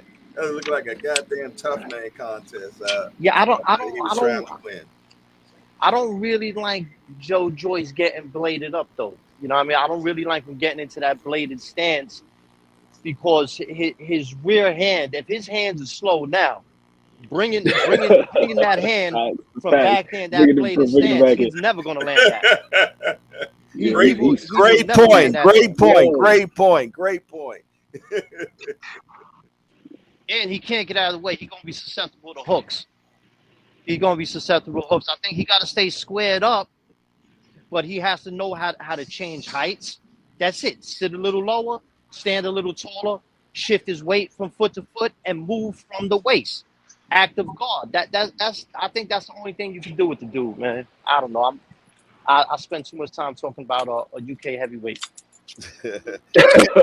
MAW has entered into the building. He says, smash that appreciation button, folks. And folks, sounded yeah, like you he a gotta keep GD. that guard active. Move laterally, especially to his left. Like, do not stay in line for that left hand. Do not stay Another in thing, line for that left hand. it's one of the heavyweight point I like to make. I made this many times. I would keep saying it because to me it's gonna be the saddest thing in the world if Frank Sanchez becomes the new King Kong Ortiz that no one fights him till he's 40 years old because the Wow. man is skillful. He don't fight like King Kong Ortiz. Don't get me wrong, but I don't think nobody's in a rush to get in the ring with him. He's 6'4", 240 pounds, with good footwork, light on his feet, defensively responsible. He don't got crazy power, but when you got 240 pounds, man, if you just step into a clean shot, you could put something out. I Amen. think I think I'm not saying he beats everyone in the heavyweight division, but I think if the best of the best are off just a little bit, you don't bring your A game, he takes you out. He's that type of fighter. I believe it. Not take you out, but will outbox you, school you, the way he did to F.A. Ajagba. He made F.A. Ajagba, he made F.A. Ajagba look like he started boxing last week. Mm-hmm. That was effortless. I just watched that fight 2 weeks ago too. Tell me he didn't make that look easy. Oh, I made it extremely easy. Extremely easy. I think that fight probably. I wish he would have had a harder time because once again, F.A. Ajagba, he's a high level prospect. You know what I'm saying? I put him as good, as a very good fighter. You just took a very good fighter, a young, big, strong dude, and just made him look like he was horrible, man. He was in the B league fighting against the A league. You know what I'm saying? I think fights like that scare. Well, definitely Tyson. Forget Tyson Fury. I don't think he's ever going to box a regular boxing match again. He's not. He's not. I don't think he is. Once he gets this MMA money, he's going to go Floyd Mayweather. He ain't going to look back. The only time you're going to have a pro fight is going to be some crazy high profile, Conor McGregor type of John Jones, not Conor McGregor, John Jones or something like that. I just don't. That's my prediction, man. I don't want. Man, I don't care for him at all. So I don't care if I ever see him again. But at the same time, I want to see him get his just due. I say that with all pun intended. You know what I'm saying? I want to see the man get knocked out brutally, man. I want to see him take a savage beating. No, but I don't think I wanted to see Us. Us is actually an outboxer, man. I wanted to see that. Yes. I wanted to see that. What do you think about them allowing for that belt to be up? Didn't they say that belt is up for during that fight with Ngannou? No, it's not being up. They're taking it off the show. Oh, okay, that's They're not. good. They're not fighting for it. No. Okay, Good. because Thank God. that was Yeah, slamming.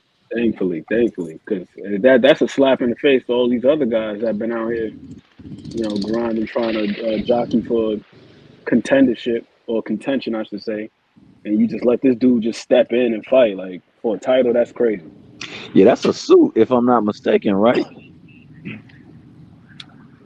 Can't they like the council say, look, we have people that are lined up in contention. You just can't bring somebody off the streets and make them a number one contender or give them a shot at a belt. What happens if he does accidentally catch you with something and you go night night? Word up. He now has the belt.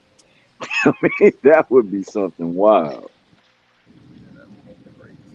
Hey, let's shift the gear real quick, man. When we were talking about some Cuban guys and stuff. Ugas against Barrios, man. What do y'all think? Wow, man. I'm gonna chime in, man, because I'm Cuban, damn it. You know what I'm saying? I, I always root for Ugas. I like him. I like his story. He's one of the few Cuban fighters that I'm not overly impressed with his style. Mhm. He has a good style. He has a well-rounded style. He's a tough night. He's a tough night out for anybody. I just don't think he's an elite fighter. Um, I think he got the skills to do some things against Barrios, but I'm taking Barrios. I think Barrios is younger, fresher. I don't know if he's stronger. Ugas just look like one of the physically strong dudes. You know what I'm saying? But Barrios is a big kid. I'm sure. Yeah, I'm rocking with Barrios in this one. Mm. Next. Yeah, I mean, I can't really disagree too much with anything you just said. The one thing that really does, like, when I think about Ugas, I wonder why he stopped using his legs as much. It seems like he's been electing to like sit down and trade a little bit more, like as his career progressed. Because if I'm not mistaken, he had a win over Terrence Crawford in the amateurs, so you Two definitely know wins. he's got the skills. But it seems like I don't know what it is, and it's not. He's not like a huge puncher, so I don't Right. understand like why he's been electing to just stay in the pocket and look to fight like that. And he is physically strong. As you see when he got stopped by Arrow, he was still on his feet. The man was in there with a broken rib and a broken orbital bone, and never touched the canvas. So that So was that dude is confirmed. That was confirmed that the rib was broken. what's the name spoke on it? Derek James in the interview, Yeah, I seen him say something about that. Yeah. and he was still on his feet. So that dude is definitely resilient. He's definitely tough. And if you know his backstory about him escaping 6 times and getting thrown into prison and everything, like this dude is mentally strong too. But he's Mm-hmm. a very tough guy to break. But I think that Yeah. stylistically, I think that he kind of falls. He plays into Barrios' hands a little bit Mm. by being as stationary as he has become in recent fights. Mm. Yeah, I think Barrios also has faster hands as well too. Yeah. That too. Barrios might hit harder. He may, he may. I mean, like Ant said, he's able to resist a lot of punishment and pain. Hell, I mean, even in that Pacquiao fight, he took a couple of solid square punches. He ate them bad boys. I just think that Yeah, he did.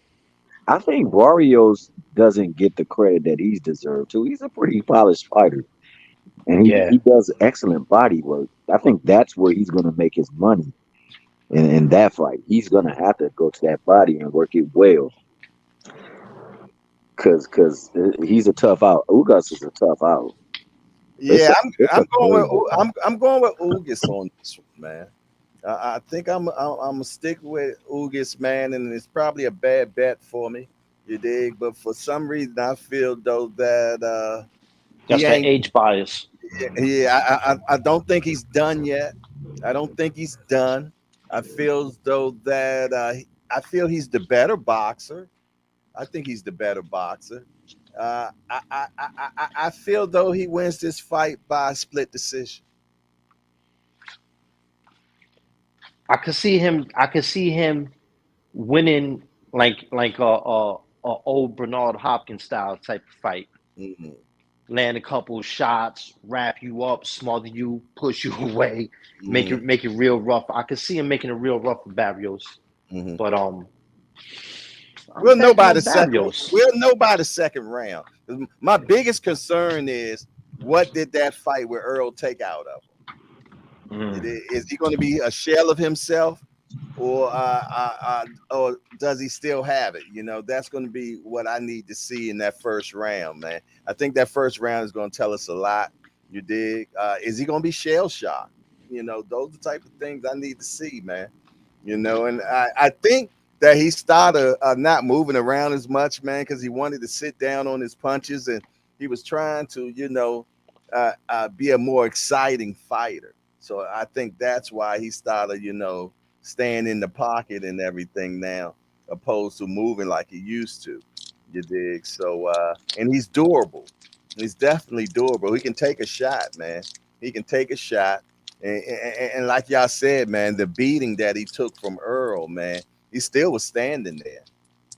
He still was standing there. Yeah, Remo. I don't know if they're tenderized or not, but I guess we're gonna find out. We are definitely gonna find out. How long ago since his last fight? How long ago has that been now? I'm on BoxRec right now. It's been a year and a couple months. Ooh, It's 15 gonna be months maybe. probably about 16 Ooh, because his last fight was last year, April April 16th. and And Barrios' the last Barrios fight. fight is gonna be Barrios' last fight was a couple months ago, if I'm not mistaken. Oh, really? Yeah, this Yeah. year, February. Oh, wait. Well, I didn't know And that. he had a knockout too. He's coming off a knockout. Yeah, That he's just been pretty I good. think Tommy might have a point with the that what's that the name too, that with the just punching that power. that There's a that huge just disparity. that just adjusted my math tremendously just now, man. He's a man. Yeah, It's, yeah, I'll it's, a, yeah, take it's a yeah, yeah. big disparity in that KO ratio because they got about damn near the same amount of fights. Barrios has like 30 fights. Ugas has Mm-hmm. 32. Mm-hmm. And Yeah, out of yeah. Barrios has like a 67 KO percentage. Yeah, Ugas is only it's like a 44, bro, like 43, 44. Barrios It's the like there's a younger big difference in punching power. Barrios the younger man. He's gonna come the sharper man. Wow. He's coming off a knockout, so the confidence is gonna be through the roof. Yeah, the math is changing. The math is He's got changing the big height and time. reach advantage too, Jay. It's like Barrios is like 6 foot, Oh, Yeah, what did he like tell a you, Jay? 72 6 inch reach. 1, 6 foot? he told me six He's one. up there, Yeah, bro. he told me 6'1". Oh, so he's Yeah. 6'1", Reluctantly, he said like 6'1", but he's 6'1". 72, 73 inch reach. Mm, Ugas' reach is like a 68, 69. yeah, the math is changing Yeah, big time. it's looking. Yeah, The bigger guy, he's younger, he's fresher. He's obviously got more power. I'm gonna look at the see what they saying in the I'll tell you another odds. point. What the odds? Let's look at the odds and see what they talking in the odds real quick.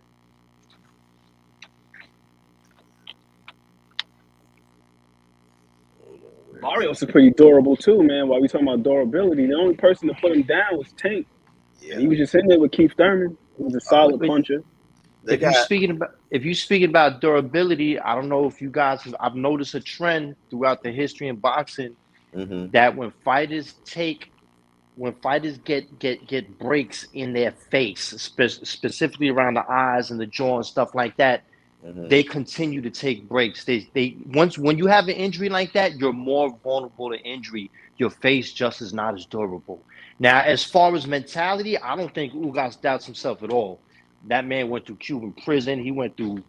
That man went through hell. This ain't breaking his confidence, but mm-hmm. physically, I don't think he comes out of that EJ fight the same dude. Mm. That's a fair Yeah, point, Tommy. So basically, the mind is yeah, willing, but the the body has body. limits, bro. Like Yeah, yeah, it is what it is. yeah. The I'm not I math. saying mean, I think he still got it. I think he still got it, and I think he could be crafty. I think he could do a crafty Hopkins style victory. I think that's how he got to win. But I'm going with the young man. Yeah, well, but the math has changed a lot, man. I didn't realize. And then Barrios just for they got Yo Dennis has a minus 390 and Barrios the plus 280. So they got you Dennis as the favorite. You dig? But something smells funny in Denmark, man. Oh, I can't see why they got him at almost a minus 400 against Barrios. And I understand something, but just going back when we see how long since his last fight, which is 15 months, man. And yeah, he got broke up. He got broke up. You dig? We don't even know if the shit is back in the horse or not. We got a youngster coming off a knockout. You dig? Them been in there with Tank. Them been in there against Keith. You dig? So he's definitely been in there with better guys. Yeah, I guess I'm gonna Back have to to back. change. I'm gonna have to change my views on this one, man. Um, Definitely putting together the I'm rest of kind of torn, man. goodness I'm not. gracious. I'm not torn. I'm not torn with who I'm picking to win. I'm clearing Barrios, but I'm torn with who to root for. I Mm, want. I support Ugas. He's Cuban. It feel personal. It feel good for me to see him win. He mm, represents Cuban boxing. You know what I'm saying? He come from the island my family came from. But at the same time, he an older fighter. His career is coming to an end. mm, Barrios, I like this kid. He's mm, good fighter, big, young, solid kid, mm, and I want to see what he could do. And a yeah, loss isn't gonna help me see that. Actually, a loss will show me that he's not what I think. Then mm. I don't. It's a good fight. It's a good fight. I just want to see it. I'm rooting for Barrios to win. I like the kid. I like the kid a lot. I like that the kid don't turn down nothing. at He's all. yeah, yeah, Facts. yeah, yeah. I like that warrior, Aztec warrior mentality. You did. And You he know what I'm humble saying? with it. Yeah, He yeah, don't talk yeah, no hmm tough guy stuff or nothing. yeah. Mm-mm, Don't When make mm-mm, you no look at his excuses. last couple fights, man, it's just Man, like talk about that point. mm. Javante Davis, Keith Thurman, then with the Giovanni Santiago. Now was your Dennis Ugas. It's like Yeah, this dude, Word. like you said, turning down nothing. He's nah. lining like, yo, you want to line it up? Let's get it. Let's get it exactly. And I like that mentality, man. I like that mentality, man. But I appreciate y'all giving me the rest of the equation, man. Because when I have to add those few things in, Yeah. That definitely changes the whole equation, man. Because I believe in that time off, man, makes a big difference. You dig? And it's coming off of the biggest loss of his life, I consider. You dig? You know, that man looked like the Elephant Man after that fight. You know, Well, panel, I think there's a fight coming up that is going to be. I think it's going to be fantastic. I can only remember one name, and no one's looking at this. Erickson Lubin versus what's the dude's name? I can't think of his name. Ramon's Jesus Ramos. Ramos. Yeah. Jesus Ramos. Ramos. Yo, Mhm. I think that might be like fight of the year candidate. It could definitely be. I think And so. and if It not could, that one, it's going it's to gonna be be knockout. that Matias fight that's coming up against the guy was Ergashov. That's going to be a hell of Oh, a that's fight, a man. good fight. Lubin is another one that he don't turn down nothing. No, Oh he don't. yeah, But what Lubin needs to do is focus on the fundamentals, man. He don't need to go up in there and try to brawl with no Exactly. because that boy he in the ring with ain't no joke. man. Facts, Thomas L. I'm gonna tell you Uh, when he fought against the Jolly Green Giant, man. the Jolly Green. Goodness gracious, man. But Jay, when he was sticking to the principles, he was wild. He was styling on that dude. Yeah, Nobody Thomas, he wanted to said as bet me much on that himself. fight. Thank God. I would have lost a lot He of said money. as he said as much himself. I just saw an interview he did maybe 2 days ago with Fight Hype, with mhm, uh, Sean Zeitel, and he said the same thing. He said I didn't stick to the game plan. It's like mhm, why? Why not? yeah. He had put him down and everything, man. So, but yeah, man. I didn't even recognize the guy after the fight. That was crazy, man. Man, Yeah, yeah. I'm talking Martin against Tommy Hearns, Jack. You know, that's what I seen afterwards, man. He made that guy look like a troll. I'm talking about really a real looking troll. If you looked up in troll up in the dictionary, I tell you, You, man, that was definitely a picture of him after he fought the Jolly Green Giant, man. You did, but that, Yo, has anybody heard of Pete from Danny Jacobs? you know I ain't what? They listening was to Danny talking Jacobs. about that on Just yesterday. They was talking Mm-hmm. about actually Danny Jacobs lining up with with Jamal Charlo, yeah. yeah, That's a great matchup. It is, yeah. I They especially got considering Jacobs. where I'm both of them telling you, I are. got Jacobs without hesitation. and they got history. They got history. Yeah, Yo, because Jacob oh ran up man, on him. Jacob ran up on him in I New remember York The that. very City. embodiment of running up on somebody. That was Jacobs that day. Yeah, he ran up on him, yo. I remember he was walking past. He's like, oh no, yeah, beeline straight at him, Jack. That was classic running up on you, man. You know how Yo, you look people down stay before you running look down on at the a person? Charlos. Say My that bad. again. I didn't hear what you said. Oh, you talking to me? I was just saying what you said. He looked down before he Mm-hmm. looked at him. Mm-hmm. Like that's the classic rundown on somebody right there. Size them up. Mm-hmm. Mm-hmm. My Danny bad, brother. Jacobs is my favorite fighter who didn't live up to the expectations, but I still like to see him fight. I loved his storyline, man. Coming back from cancer, man. You know, that was crazy, man. What he came from, you know, where the thing with his back, it was like he had cancer around his vertebrae, man. It was heavy. Matter of fact, they never even thought he could be able to walk again, yet alone fight again, man. And came back, man, and won a championship. Yo, man, The Miracle Man. yeah. See, me, I love stuff like that, man. I love me an underdog, man. I love an underdog story for the world, man. Yeah. I'm a big softy when it comes to underdogs. You might catch a tear sometime from me Me about too. the underdog story. I ain't gonna lie, man. That underdog cuts me up every time. Yeah. I was rocking with Danny Jacobs because he's from Brownsville. I'm Yes. from one neighborhood over East New York. It's like same similar type of areas. So Ground I was game. rocking because of that, but also his style is like that. That's my favorite style. Is an offensive fighter with technique. That's defense. You know, a well-rounded fighter, Boxer but puncher. he's Boxer a boxer puncher. puncher. Yeah. Right, a boxer puncher. That's my favorite style, man. And he really embodied that. But he disappointed me when he fought Daniel Canelo. Jacobs. Oh, okay. Well, that one too. But he disappointed me when he went not Daniel Jacobs. When Daniel Jacobs fought Triple G, Mm. because one, I felt he was doing early on. He was doing a little too much mid-range work with Triple G. He should have kept Triple G at the end of his punches. You could still be offensive and keep someone at the end of your punches, right? A lot of people think end of the punches, they think you just staying outside. No, you could be just outside and just take a short step in and crack someone with a two-piece at the end of your reach. You know what I'm saying? He should have been doing more of that. But it seemed like by the second half of the fight, it's like it was kind of like Triple G became leery of Jacobs' power, and Jacobs became leery of Triple G power, and kind of like Teddy Atlas says, like I think they kind of signed a silent agreement, like you don't hit me too hard, I ain't gonna hit you too hard. I really believe that on that fight, man. He disappointed me, and I still scored it for Jacobs, but I might have been biased. I had a 7-5 for Jacobs. I had a similar too. So outside of the knockdown, I thought that what's the name? The fight was that close in my personal opinion. I thought it was a Yeah, really close I fight. agree. Very close than what the cards had it, if I'm not mistaken, man. But I thought Danny definitely had a very good chance of winning that fight.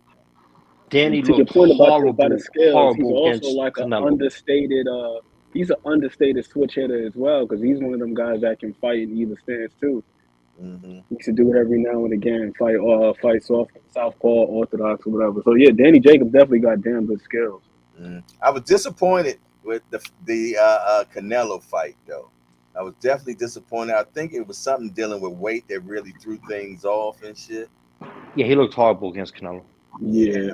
It was horrible. Also, too much head hunting too. It was just too much head hunting. It's like you can't hit the guy up top. Stop, just go to the body or something. Yeah, I didn't see the Try to skills. shut it I up. didn't see the skills he normally comes with. I didn't see that in that one.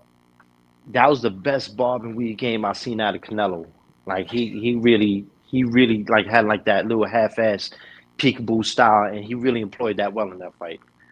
I give it to him. I got to give him that. I don't like. I'm not a big Canelo fan, but there's You certain gotta things respect it. You gotta respect it, though. the things he does well, he does really well. I'll give him that. No, I respect him. Listen, man, any dude who could step into the ring and have a 12-round professional fight against a champion while your brother is being held hostage by the cartel, and you trying to negotiate his release, and you're not going to the cops and none of that. Yeah, that dude got balls of steel. Gangster, yeah. Canelo was a dude. Canelo, if Canelo wasn't boxing, man, that dude would have. If he wanted to live a gangster life, Canelo's that, man. I see, that's a typical day in Guadalajara, though. You did. Yeah. Typical day, man. Yeah. Can you imagine the type of security he got to have over there? Average dude would have folded under that pressure. Average dude would have went to the police. Some dudes might have canceled their fight. You know, a lot of people can't handle that kind of pressure, man. It really, it's a testament to his level of focus. He definitely got great fortitude. Let me say this about his what's the name though? That Bob and Weed you mentioned, Tommy. This is the one thing that pisses me off about Canelo's head work. I mean, I said his head work, his head movement. Also, I hate the fact that he slips so many punches and rarely looks to counter off of it. Yes, that pisses me off. He's always admiring his work. Yes. As my trainer used to say, yes. You know who pissed me off like that? I'm gonna tell you a fight that pissed me off so bad because for like 5 of the first 6 rounds, my boy what's his name from Danny Puerto Rican dude from Philly. Garcia. Danny Garcia. Love watching, love this dude's inside game. For 5 of the first 6 rounds, he was getting inside and slipping Thurman's punches, stepping over, pivoting out, but wasn't firing. and he had clear direction and was not firing. And then the second half, Thurman started moving more and outboxed him, and he ran away with the fight. I had to score the draw. Once again, I might have been biased. But exactly what you're saying, man. He was admiring his work, but he wasn't letting the hands go. And Canelo, what he does, he slips, then counters, slip, counter. Instead of countering while you're slipping, while you're getting your head off the line, you're firing. But I think that Danny Garcia fight took a lot out of Keith Thurman. You did. Remember, he had to get an operation because of Danny, because Danny, what was the bone spurs here, hit him right here. The elbow, yes, sir. Yeah. Broke all of that, man. And it seemed like since then, Keith ain't really had nothing else going on since then, man. Yeah, hey, that dude Danny, man, for sure. For one, I think him having them 6 toes keeps his balance correct, man. Because I'm gonna tell you, I ain't never seen the guy rock before, to be honest, man. I've never seen him rock whatsoever.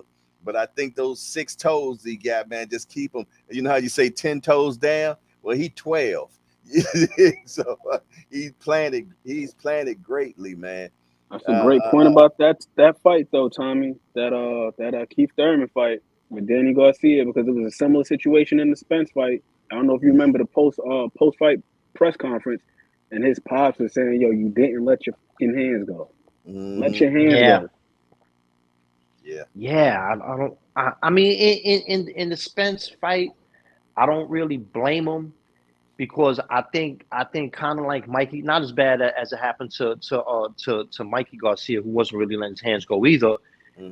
Is they know that the more they let them hand, if I start letting my hands go more, the way this dude is hitting me, I don't know if I'm going to last 12 rounds. I'm going to be more conservative and pick my shots and be smarter. That's what I believe contributed to that, because Errol Spence can hit, man.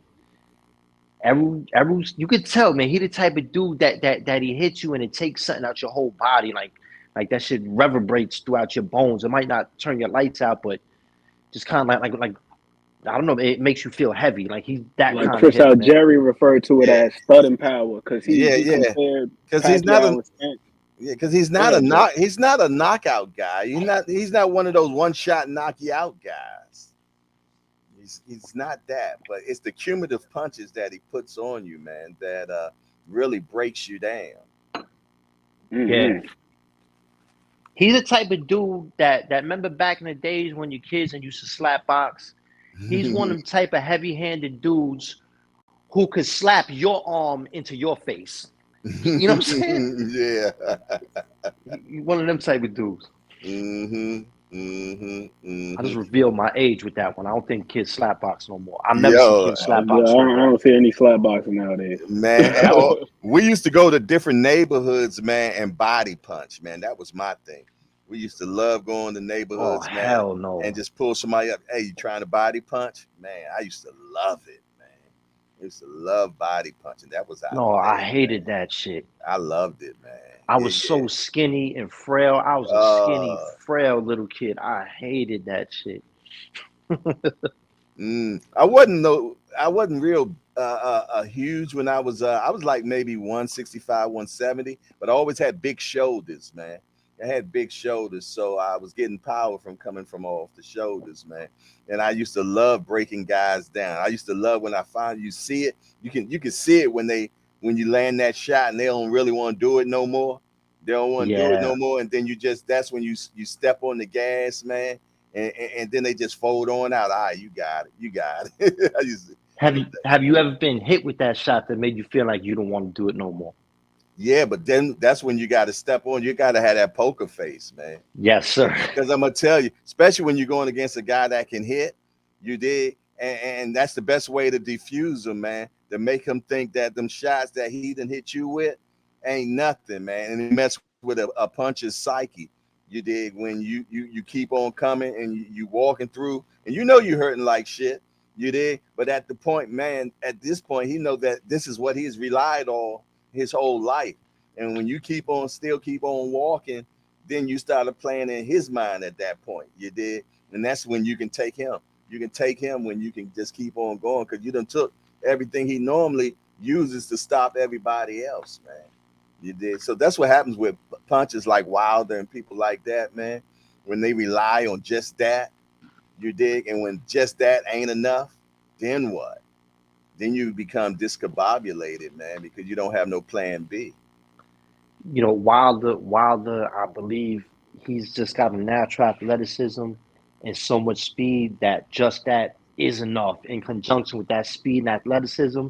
Mm-hmm. I like him, man. Once I got to really hear him talk and not just like the media snippets that was trying to make him sound crazy. When I got to hear him talk, it just made me take a liking to the dude. He just seemed like a good guy, you know what I'm saying? But Mm-hmm. I always used to say to myself, if he had good footwork, he Mm. could be like a modern day Roy Jones. He's not going to be technical, but he'd be able to really move in and out and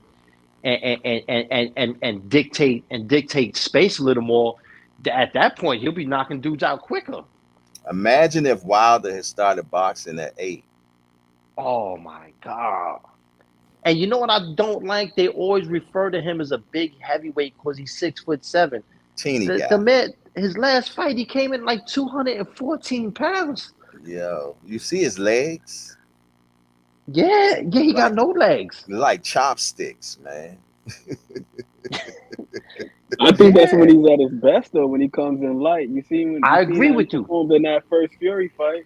Went on Hey, 12, and then he came in too heavy in the second one. What 236? Gassed Yeah, out, and his legs were shot by the time the bell rang. remember when Mike was coming in at 205? I remember coming in like 212, Yeah. 214 around there. Yeah, Mike Tyson used to come in at 205 at one time, man. Then I think the highest he went up was what, 220?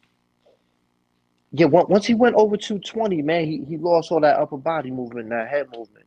Yeah, well, that's because he wasn't carrying no more, man. Mike told us, man, that at that point, man, he was on cocaine and alcohol. You did. And it's harder to keep doing up, man, to keep exerting that much frenetic energy round after round, bobbing and weaving, slipping and sliding, dipping on your leg.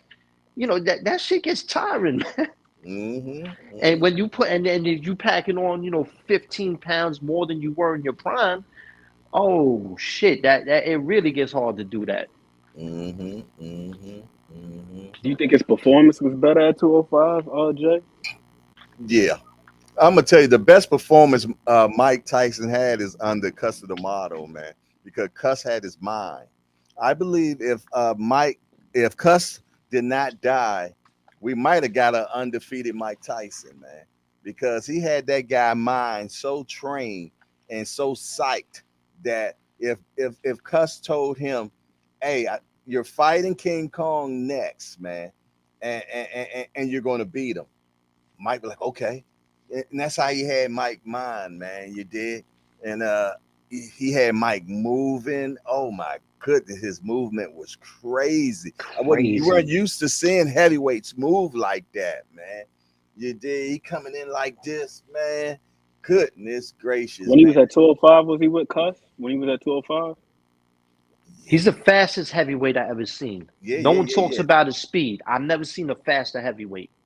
Yeah, I believe he No, was he's with definitely Cuss at fast. 205. Yeah, yeah, yeah, yeah, yeah. That makes a lot of sense too, because remember, Cuss had what's name way back in the day, Floyd Patterson. Yeah. And Floyd Patterson used to come in at heavyweight at 185, bro. He used to come in at Mm-hmm. 185. So it seemed like Cuss kept them guys in Lean, lean, fantastic condition, lean super and lean mean and in and great, mean. great Yeah, condition. yeah, Great yeah. condition. Mm-hmm. Because And I Cuss, almost feel like they did him a little bit of a disservice, Floyd Patterson, in my personal opinion. I'm like, you should have just cut the extra 10 pounds and just fought at 175. You mm, had him at Yeah, heavyweight word. coming in at 185 against dudes 200 plus. But he mm, was But they used to fast do though, that. and that They used to they used to do that back in the days because they're not making no money at light heavyweight. They jumping up to make the big bucks. mm-hmm. that's a great point too. And they're tiring out the big guy too. They're tiring out the big guy. You know, the rounds last a little bit longer. You dig, but at the end he got him tired, and now he's taking him out. You dig, so. Mm. I love what you said about about how he had Mike's mind too, Oh because my goodness. we were just talking about Canelo a moment ago, and it just made me think of what you just said. Made me think of James Kirkland. I've Oh, never seen a fighter look so Jekyll and Hyde based on who was in his corner. Like yeah. honestly, When Ann like Wolf had him. When Ann Wolf had him, it seemed like he would run through a wall. But then Exactly. when Word. Ann Wolf left, remember he got knocked out his first fight without Ann Wolf. He got Yeah. knocked out by a guy who has like a 13% KO percentage. Hmm. And Ashita had 30 something fights, had 6 knockouts in his whole career. James Hmm. Kirkland is one of them. So this dude got knocked out by a guy who absolutely could not punch at all. It's like crazy. And then he gets back with Aaron Wolf. He's in there with Angulo, who Hmm. was a tough puncher at the time. Alfredo and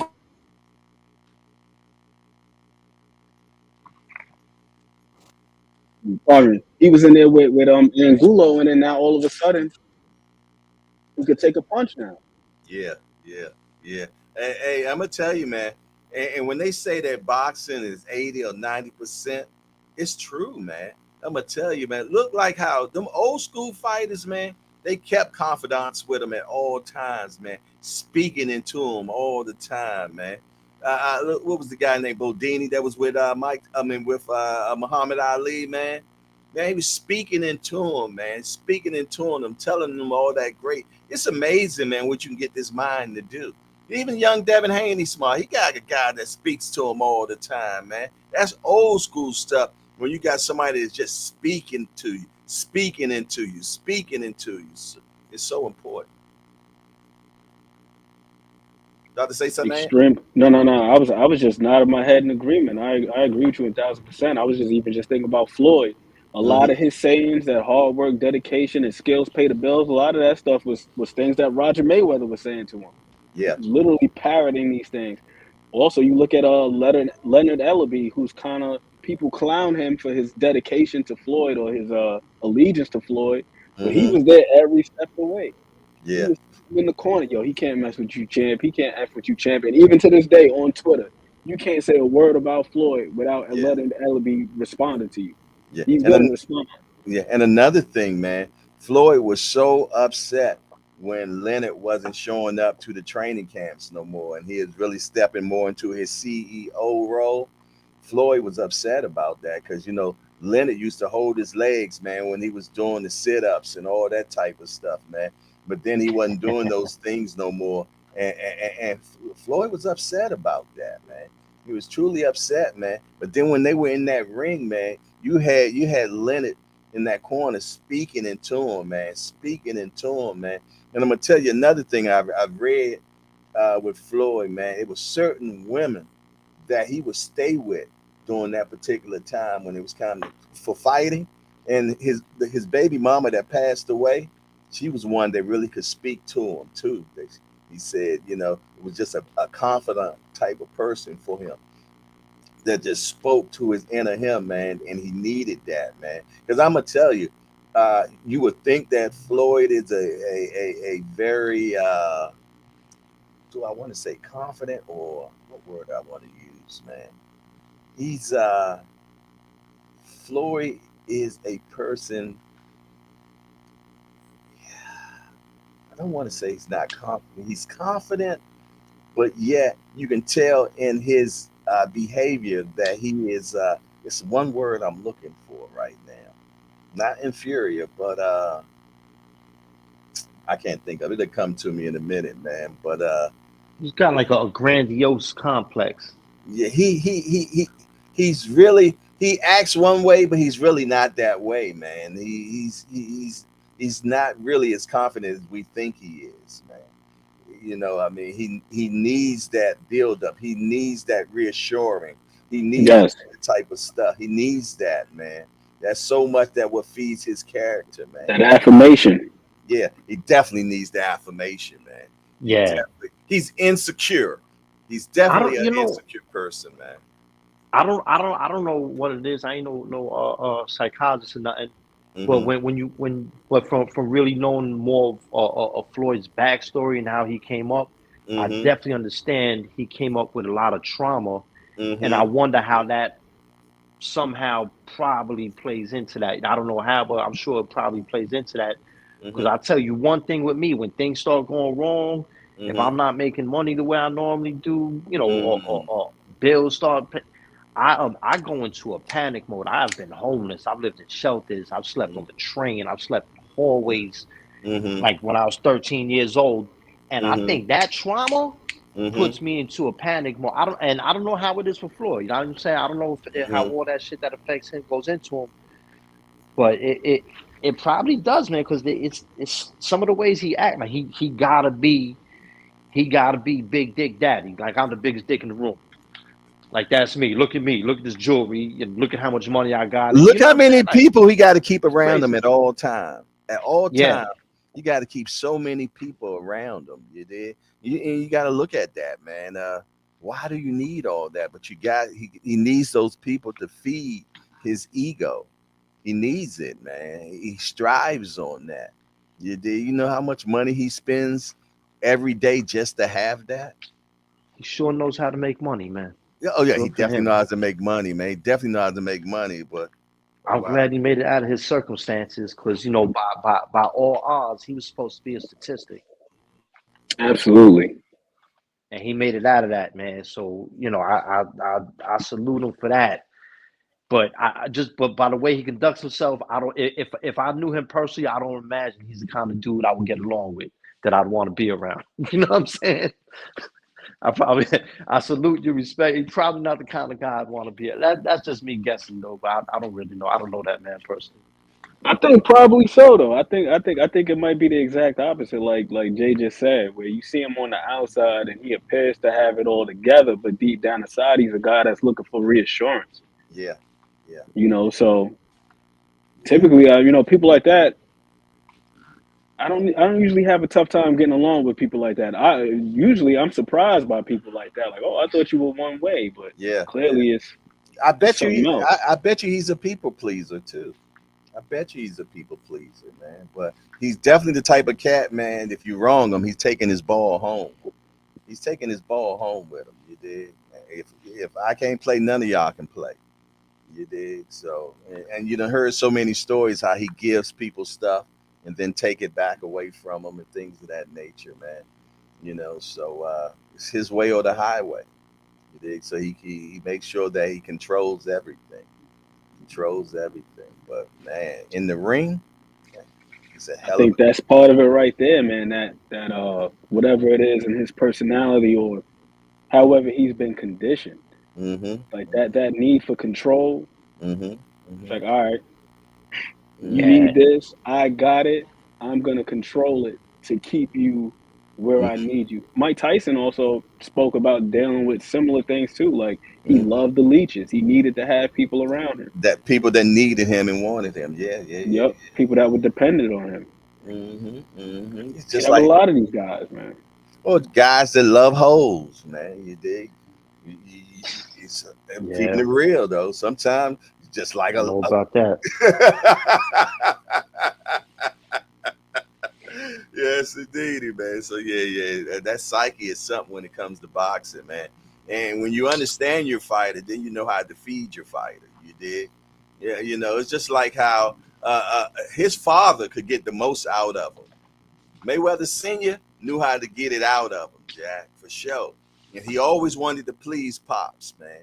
He always wanted to please Pop, and that's why their arguments would be the biggest blowouts. You did, because there's so much build up. You did, when it finally happens, man. It's just crazy. They done had some of the biggest knockout tear downs of each other mentally. That's crazy, man, for sure. They just went straight at each other. You did, but they love hard. You dig, and he always wanted to please his dad. He always wanted to please his dad, man. You dig, so Yeah, you could see it in that one moment that they had in the corner, and yeah, Floyd, like he was about to break down in the middle of the ring exactly, exactly, before that final round. exactly. Yeah, and started telling his father, man, Voice about was cracking and everything. I exactly, love my father. I love you, man. exactly, exactly, He man. almost had a Rocky Lockridge moment in the in the middle of the ring. Yeah, yeah. Rocky Lockridge is a sad story, man. And it's like you know, he you'll never thought you'll get that from out of Floyd. You did. You dig? But because he used to tell his father, "Oh, you didn't make the name. Roger made the name. You ain't this. You ain't that. You ain't this." But nah, he the one that actually made you who you were. And then Roger took the baton when his father was in prison. You dig? But I tell you what, when it all was said and done, he was like, "Yo, I need my pops back in that ring with me," because he knew what his father can get out of him, man. He knew what his father could get out of him. You dig? For sure, man. Yeah, so yeah, shout out to the mighty Mayweathers, man. Yes, Now sir. Hey, it's another really interesting point too about that lady. I'm sorry, Tommy. Go ahead. okay. Now I was going to say No, it's really true about the psyche when you were, I got to train under a few different trainers, but there was like two trainers in particular that I just felt so much more confident. Like one dude showed me how to maximize my power Mm-hmm. really, really well. He showed me how to fight mid range, and that was coming really nice. And I was just I just felt completely, utterly confident when I was training with this dude. And I didn't feel like that training with other people. So I get that point about what a trainer can bring out. Mm-hmm. Mm-hmm. So important. Tommy. Out of curiosity, what were some of the things that were being said to you? Was it the approach, or what was it? Was it the information that was given to you that made you feel more comfortable with that particular trainer? Like, what was it? One one of it was the attitude. One of it was the attitude. Right, mind, I'm Cuban Irish. This is in New York State prison, and part of his attitude is when we're training. He said, "I don't care how tired you are. I don't care how exhausted you are. Make believe you're not. Like you don't want nobody to see this." He Mm. said, "You are a 148-pound white boy in New York State prison, boxing. Somebody gonna try you. They're Mm-hmm. gonna try you. Mm-hmm. So you better have that psychological edge." That was one thing. And the one thing that always stayed with me, his favorite saying, stability plus technique equal power. And what he meant by that when he broke it down to me, when he broke that equation down was he says stability, when you have proper balance, when you have proper stability and proper balance and you're always on balance, Mm-hmm. and you execute proper technique, you're gonna hit harder without trying to. That stability and technique, Facts. that combination added together allows you to maximize your power. So all of Mhm. a sudden you got good balance. You know how to sit down and throw a short 2-3. Mm-hmm. Boom, boom, jab your way out of there. You know what I mean? Mm-hmm. That level of stability and technique, you're hitting way harder than if you weren't that tight with it. Than if it wasn't such a short punch. If you were reaching, right? If you're getting a little off balance and you were reaching, that punch isn't going to land with that power. But instead of reaching, if you know how to step into it, boom, and shoot that short 2-3, boom, boom. It's so short and precise. Weight, you hit so much harder.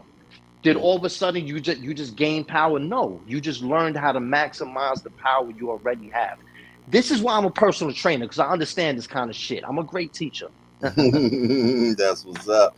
Hey, the Boxing Menu podcast is in the building. He said, "Hardcore, do you think replenished drinks is like a PED in boxing?" Nah, I wouldn't call them a. I wouldn't call that a PED, man. One thing about when you're boxing, man, a lot come out of you, man. A lot come out of you, man, that needs to be put back in you. So A lot of my patients. yeah, so I really think you definitely need those replenished drinks, man. I think that's so important because you deplete so much. I mean, if you want to lose some weight, all you gotta do is train in boxing, man. Ain't nothing like boxing training, but it takes so much out of you. You deplete the body, man, and you'll get the most cramps you ever had, man, doing boxing training, man, because you're definitely pulling out of that potassium out your body and everything. You sweat the most. That's why most other athletes, man, come to boxing training opposed to their own training that they have in the sport that they have, because they know that boxing is the best training there is. So no, I wouldn't look at that as as it is PEDs in boxing. I just think that in boxing, man, you need that type of stuff to get back what you need in you. Would you consider it a holistic workout, Jay? And holistic, I mean, because you spoke on it before. 80% mental, and then you have the 20% physical. Mm-hmm. Definitely, Because I think it's holistic. Mm-hmm. For sure. For sure. It's definitely a holistic training, and but the beautiful thing about boxing is how you can emphasize one aspect of it and build your training around that, which could be completely different for a different fighter. Mm-hmm. For example, we'll give you an example, Terence Crawford, who's fighting at 147, he does a lot of plyometric training, right? He does explosive training, right? It gives you speed and power. He does a lot of that loaded. He does a lot of that using weight, so he can be stronger because he's facing a lot of bigger men. So that's a very central to his training.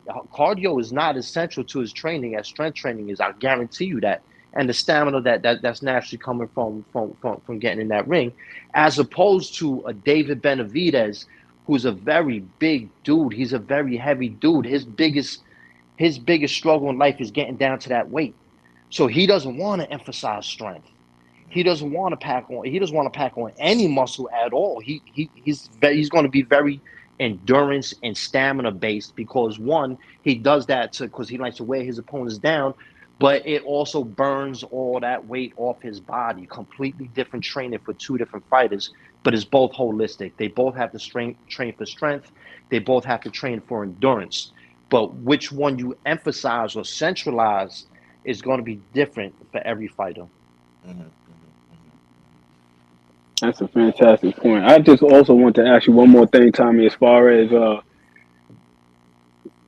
did you have a moment where both of those philosophies clicked for you?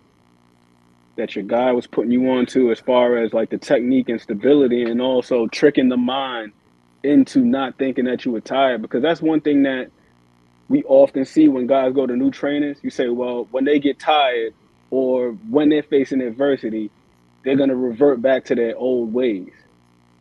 So do you feel as though like having that mindset, like, okay, one, not only am I not tired, but two, I'm over here drilling for stability and consistency, and just being able to take that with you, even in the event that you actually do get tired or you face some adversity, your technique stays the same and you're not like just throwing wild and throwing crazy. Dude, that's a fantastic question. I love the way you asked me the question like I'm a professional fighter. I'm not going to answer because I'm not. I'm going to answer the question, but You're a but but fighter. just to put this in perspective, I learned how to box in prison. We had mitts, we had heavy bags. We could do a little bit of light illegal sparring in corners. You do it in cells. I don't know what a ring looks like, but that's how I learned. But I would say yes because when you know how to fake it to make it, it just carries you just a little bit farther because what it does, it keeps you focused. When you get fatigued, you lose mental focus. When you get physically fatigued, it's Mm-hmm. much easier to lose Yeah, mental focus. that's right. Yeah, I think people don't realize how hard it is for a fighter to stay on the game plan for 12 rounds when you're fighting another Mm-hmm. professional fight. I mean, I don't know what that's like, but I'm just saying to Mm-hmm. to have that kind of focus. But now by you saying no, I can't let this dude see I'm tired because it's going to build his confidence. I don't need that right now. You know what I'm saying? I need to just proceed forth as if I'm good. I'm light on my feet.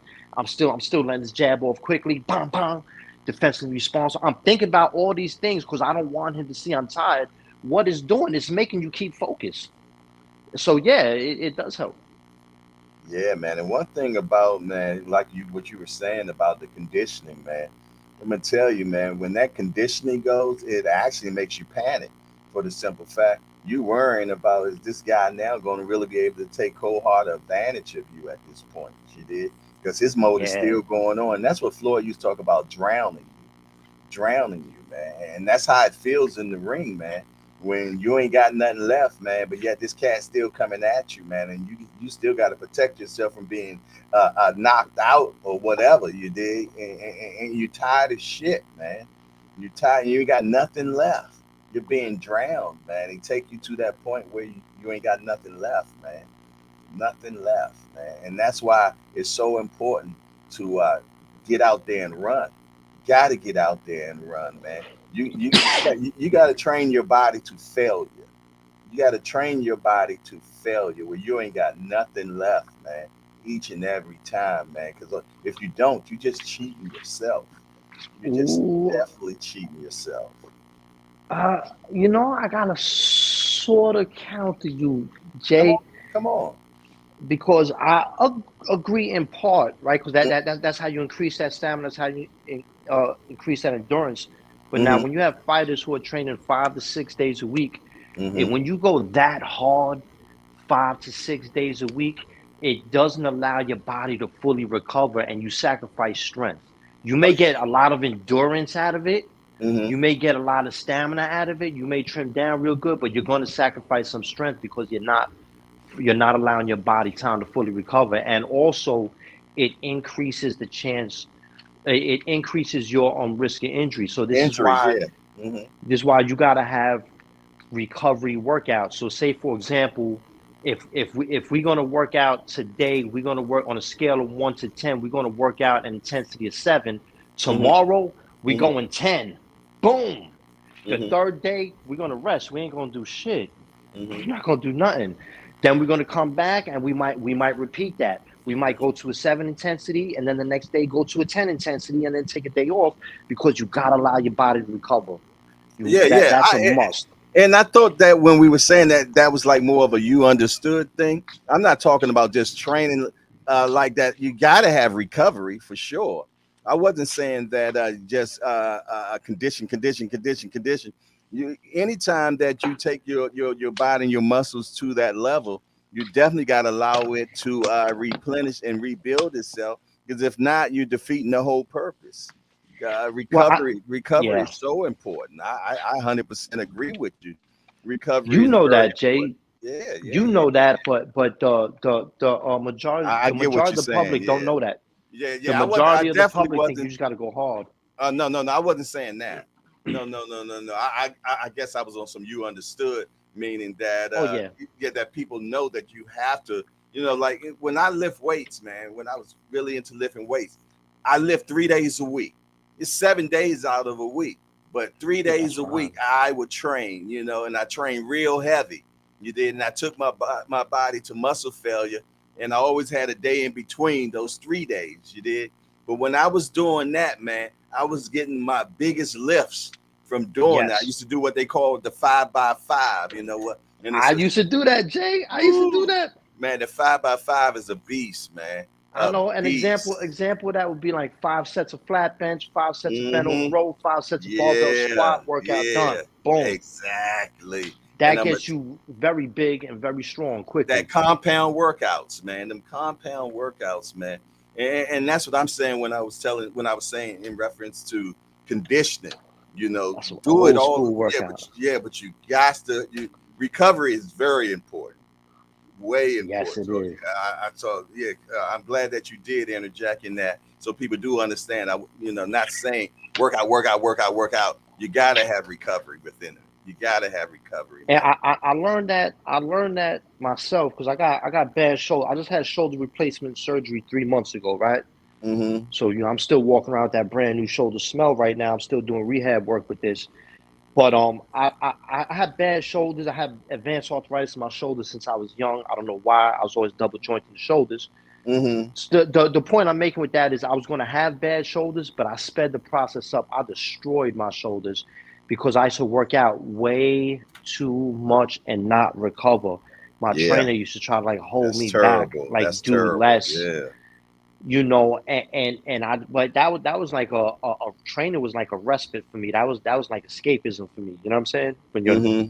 in some of these places, but and my shoulders got worse and worse and worse until I couldn't throw a punch no more. And that's how I started becoming a trainer because you don't get good medical care in prison. So I learned Mm-hmm. everything I could about the shoulders and was trying to rehab my shoulders myself. And Mm-hmm. basically I became so knowledgeable that I just started training people. Not Mm-hmm. not necessarily in boxing when it came to later on in my bid when it came to the little boxing crew, I should do the strength and conditioning for them. Strength and conditioning and Mm-hmm. footwork. Strength and conditioning and footwork. Those were the strong suits I had. But the reason I'm saying is it's from working too hard not recovering, getting these injuries, breaking my body down. That's what made me lead to studying all this stuff and learning about it, Mm-hmm. Mm-hmm. and choosing. And while I was away, I got my certifications as a personal trainer, yada yada. Came home, and that's what I'm doing today. Yeah, and I'm gonna tell you something with that 5x5, man.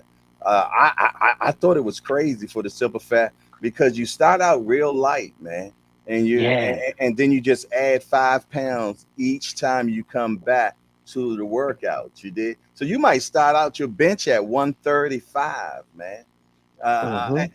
Yeah, matter of fact, when I first got started with the 5x5 and I got back into lifting weights after about 10 or 15 years, man, I started at a 135 bench, man, with the 5x5. And it was so the workout was so easy. You did because you're doing 5 sets of five of everything. Yeah. 5 sets of five. So, a bench at 135, 5 sets of five, you're like, oh man, that ain't nothing. You did. But you'd be amazed at what it would take you to because my 135 bench got all the way up to a 405 bench, man, within about eight Wow. months. Within eight Wow. months, man. Yeah, it was crazy. Well, and I'm a big guy though too. So What you weigh, Jay? well, back then I was probably weighing like 250 then. You dig? I think I've lost some weight now. I think I'm down probably to about 235, 230 now. But yeah, when I was 250, 260, man, that bench, I'm in love with the bench. I love the bench, man. I love the Most dudes are. That's their favorite workout. Most men. exactly bench and squats. Bench and squats. If you want to get huge, man, bench and squats will get you there all day. But the recovery in between is so important, man. So important, man. And like I said, I was only lifting 3 days a week, but my gains were just sick. And Yes. it was sick, man, because it was less. You did, when you finally You get to recover. It's easy to recover. Exactly. exactly, man. And I'm gonna tell you, when you get to the point where you can just do 225 with 5 times 5, so you actually benching it 25 times. You'll be amazed at what your one time lift is. Your one max lift might be. You did. So yeah, if you're interested in really building your whole body, that 5x5 workout is amazing, man. I'm gonna tell you that overhead. Oh my goodness, man. That builds them shoulders up. It helps your bench like crazy, man. And then yeah. And the deadlift. I'm gonna tell you, that was all we It's did. my shit. Deadlift, bench, squat, bent over row, overhead Pull-ups, press. pull-ups, Yeah, all pull-ups. man, all that compound workouts, man. I'm gonna tell you, it'll build your body so crazy, man. Hey, and I'm gonna tell you, it strengthen your bones, man. Strengthen your bones, man. But just 3 days a week. That's it. I was doing that, Jay. I was doing a very similar program to what you're saying, 3 days a Mm-hmm. week. And I Mm-hmm. went from 148 pounds to 168 pounds. Yeah, easy, right? Easy. Easy. The only thing I was doing differently, I was doing a little bit above and beyond. After every workout, I would I Mm-hmm. would do 5 to 10 Cardio. sets. I would do five Okay. to ten sets of pull-ups and push-ups. Mm-hmm. So I stayed a little cut up with it, Mm-hmm. but I didn't feel comfortable at that weight. It took away from my athleticism. To Mm-hmm. be quite honest, I got into a fist fight and I got beat up really bad. And I was like, you know Mm-hmm. what? To hell with all this trying to be big shit. I'm going back to my normal weight. And Gotta and stay lean and functional. Yeah, yeah, yeah, and I quickly got back down to being the regular lean me. yeah. See, now I wasn't looking for no fist fights no more. I'm too old for that. You did. I was young. I was young Yeah, then. yeah, I, yeah, I, I yeah, yeah. So, was and then I'm gonna tell you, after the 5x5, when you done maxed that out, they got the next one called the Mad Cow. The Mad Cow is sick, man. When y'all get a chance, look up the 5x5, and then once you master the 5x5 workout, look up the Mad Cow, man. I'm gonna tell you, you into just strength. That's what you get. You get. Somebody said, Jay, what's that high altitude do for your body? What allows you to do is go longer. oh It opens up your lungs, man. Allow you to train more longer. You did the stuff that when they take yeah. like clenbuterol and all that type of stuff, man. it actually allows you to go longer, man. You dig? And we all know that Canelo got conditioning issues, so that's why he's over there in Lake Tahoe now, in that high altitude, man. It's definitely he's gonna have a better motor on him. He's definitely gonna have a better motor on him, and it just allows you just to expand, your whole oxygen level and everything, man. So it's definitely going to help him a lot. And Increase that lung capacity for sure. yeah. They know where their weakness is. They know where their Yeah, weakness for is, sure. man. Yeah. You ain't never heard him. Last time I seen him working out in the high altitude is when he used to go train with what's it, with Triple G. He used to go train with he used to be sparring partners, man, and they be up there in Big Bear. That's early in his career. He used to be a Big Bear all the time. But yeah. When I heard that he was going to Lake Tahoe, hey, I said, oh, he ain't playing. He ain't playing. He's serious about this. He's taking this seriously. He's definitely taking it seriously, man. Remo said, I always hated weights. As you get older, man, Agreed, man. it helps the bones, man. It helps the bones so much. You dig? And that's why I need to really get back into my lifting again, man. The pandemic really threw me off, man. I Jay used to go. Hardcore. What's that? What's that? Oh, I'm sorry. I was just going to say just a quick note, man. Just I highly advise people in our age group. I'm gonna Mm-hmm. say our age group because you're not more than 10 years older than me. Mm-hmm. Is that do all those things that were working for you with the weights when you come back, but Mm-hmm. try to convert as much as you can into dumbbells.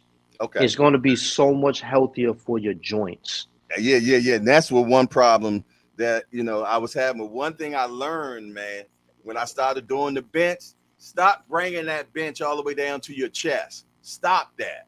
Don't do that, man, because all you're doing is messing that up right there, man. Bring that thing right to you. You put your fist on your chest. Yes. You shouldn't have that bench come no further than that. No further than that, man. Don't bring that thing Yes. all bouncing it off your chest and all that shit. Hell no. Bring it right there and get that resistance from right there, man. It's actually a little bit harder to do it that way, and it's actually going to strengthen right there. It's going to strengthen right there, man. Opposed to when you bring that back like that, you see that? You messing that up right there. But if you bring Teach it him, Jay. bam, right there, keep it right there, and bam, push it back up. That's what's going to make you stronger, and it's going to save that area right there, man. It's going to be so important, man.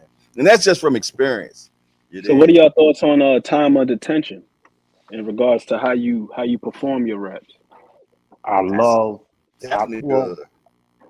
I love time under tension. I love time Mm-hmm. under tension because one of the things I specialize in doing now is building strength, getting people stronger and more Strong. powerful That's right. with body weight and dumbbells. Traditionally, they always say, you need heavyweight to do that. I'm telling you, that's bullshit. And a big part of that is time under tension because what Mm-hmm. happens, what happens when you're working time under tension, if you're doing slow repetitions and pause repetitions, let me emphasize the difference as opposed to fast.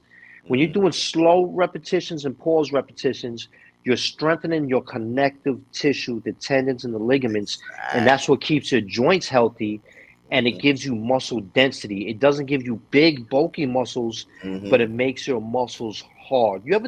You ever Yeah. know an individual and you just touch them and And they they feel body's like a hard as a brick rock. wall? Yeah. That's how you build that with that time under tension. Yeah. Now, if you're an athlete, you don't just want to do that because you're going to be brutally strong and slow. If you got to mix in explosive training, plyometrics, like say for example, hand clap push-ups for that hand speed and power. And Mm-hmm. what I really learned to specialize more now is mobility training, which Mm-hmm. is strength throughout a range of motion. Mm-hmm. Some of it look like, for example, there was a clip going around showing Errol Spence getting ready for Terrence Crawford, where he was laying on the ground on his stomach with his arms extended with weights in his hands, and he Mm-hmm. was lifting them and rotating them. That's mobility training. That's to keep you strong through a range of motion and keep the integrity of your joint. But Mm-hmm. yes, time under tension is key. Now, if you're just going for time under tension, you're banging out a lot of fast repetitions. If you do that too much, you do not strengthen the connective tissue. You tear it down, and that's when you get things like tennis elbow, frozen shoulder. You start getting micro tears, and the joints get weaker. So there's it's a fine line between which threshold you cross. That's so I could talk important. about this thing forever. Like this is my love. This is what I do. What are some of the benefits of doing those fast reps? I know some people they're proponents of like the shorties. You doing quick little. So what does that help with, I don't if think anything? there's nothing wrong with that. Like doing the shorties is really good to get a pump. If you're going really fast through a fast range of motion, it's good if I'm in a sport like say boxing where I need to throw a lot of punches and keep throwing them to really keep them pumping out. That's what it's good for, and it is good for that. I'm not saying eliminate that at all. No, if this is required in your sport and explosive things are required in life. You want to keep some explosive training. But if you do it too much, if you do those fast reps under time, under tension too much, you're going to wear your tendons and ligaments down. That's why you have to mix it with the slow work and the pause repetitions. And what that's going to do is strengthen the tendons and ligaments. And a way you could do that, a way to get the best of both worlds, for example, is if you come into a push-up position, you take about 3 seconds down when you're at the bottom, you hold it for a second, and then you explosively come up as fast as you can. So you're getting the best of both worlds right there, and that's what's going to allow you to keep the speed and develop more strength and power. It's So an true. art to this, man. It's definitely an art to it, man. But I'm gonna tell you, as you get older, it's very imperative to actually work out, man. It's so imperative, and it seems like we think it's vice versa, man. When we get old, I think we don't supposed to be doing shit, but that's when you need to be doing more, man. That's when you need to be doing more, man, and keep that body lubricated, Jack. You keep the blood flowing correctly, man. And like he said, lifting the weights, the barbells, and all that stuff. That's so imperative, man. It'll actually help you get that body living longer, man. Living longer is so important to do those type of things. So important. I'm gonna tell you, just hitting this bag. Oh my goodness. Oh yes, sir. Ooh wee. Try I can hitting see the how Yes, bag. sir. excited I can see how excited you are every time somebody, man. And you be like, I got to put the extras on Yeah, it. I yeah, can yeah, see yeah, it yeah, just yeah, gets man. you I'm going, gonna, man. I'm gonna tell you, 20 minutes on the bag a day. Oh my Yes, sir. goodness. Ooh wee. I Yes, had a indeed. drill. I had a drill a friend of mine introduced me to, but we used to start the workout with a 12 to 21 minutes. It would be different every time that you got to stay on that bag. And the other individual is going to be on you. If you start getting tired and dropping your hand, you're going to get smacked in your head. If you're not throwing punches, you're going to start having shots coming at you out the Mhm. blue. So you got to stay active for 12 to 21 minutes, moving around that bag, keeping it moving. That's how we should start the workout. That was fantastic conditioning. Mhm. Yeah, man, stuff like this I love, man. I love. I mean, this whole show today is just, this is what I like, man. You dig when you can get some people on the panel, man, that are like minded and love what you love, man. Like I said, it ain't work, man. You know what I mean? What we're doing is actually exchanging, our thoughts, man, and educating each other, man, and And I'm hopefully. higher than giraffe pussy while we doing it. You know what I'm saying? Man, Jesus. I Nah, love I some weed. That's greatly all I do is appreciate smoke y'all, weed. man.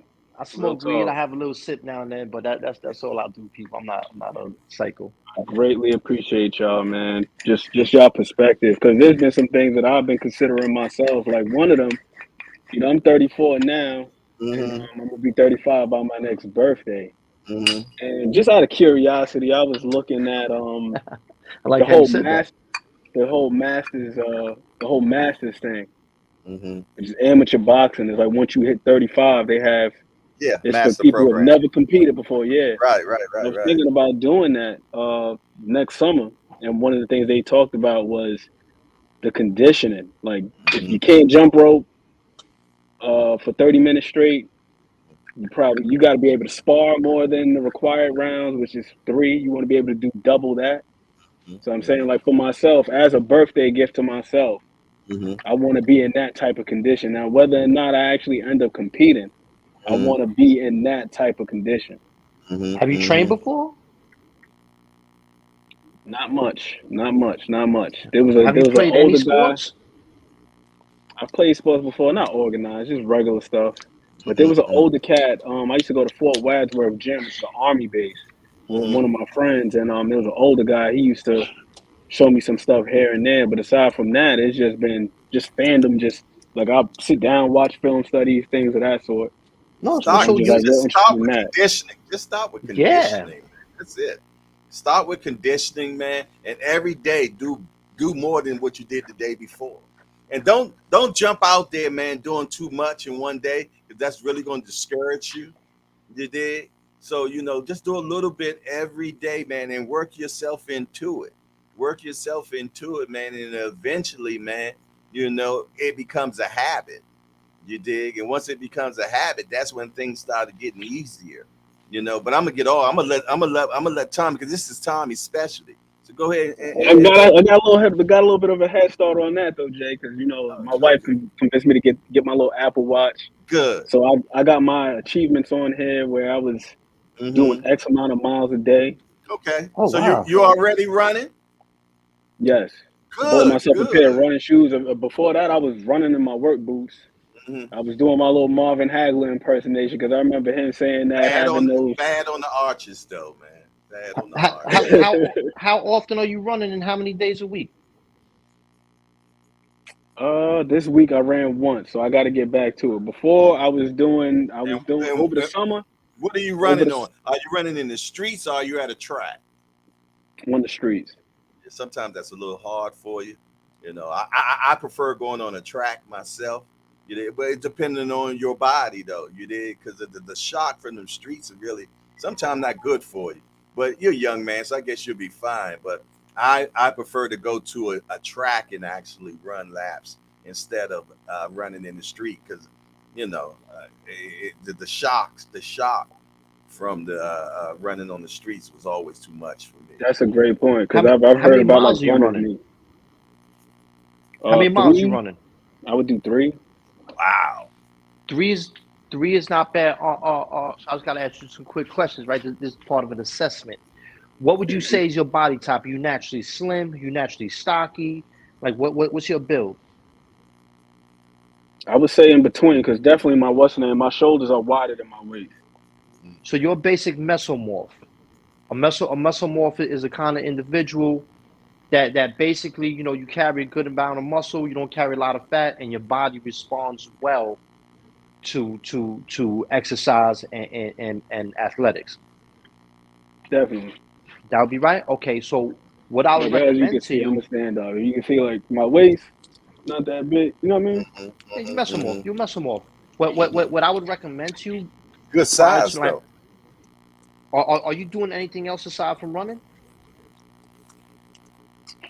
What I'll do is I'll watch a fight. I'll put an old fight on, Hmm. and I'll stand up. I got these little 2 pound dumbbells, and I'll just kind of shadow box. And then when they take their break, I take my break. That's how I watch my fights Nice, I on. would nice, I nice. would I would completely right now at this stage in the game eliminate the shadow boxing with the 2 pound dumbbells because it can cause long-term damage. The problem with that is stuff like that causes such tiny amounts of damage that you don't really notice. Like say for example, if Hmm. you have a rope, think for your tendon ligaments, you have a rope. If you take a razor and cut 1 or 2 hairs of the rope is fine. But you do that every day.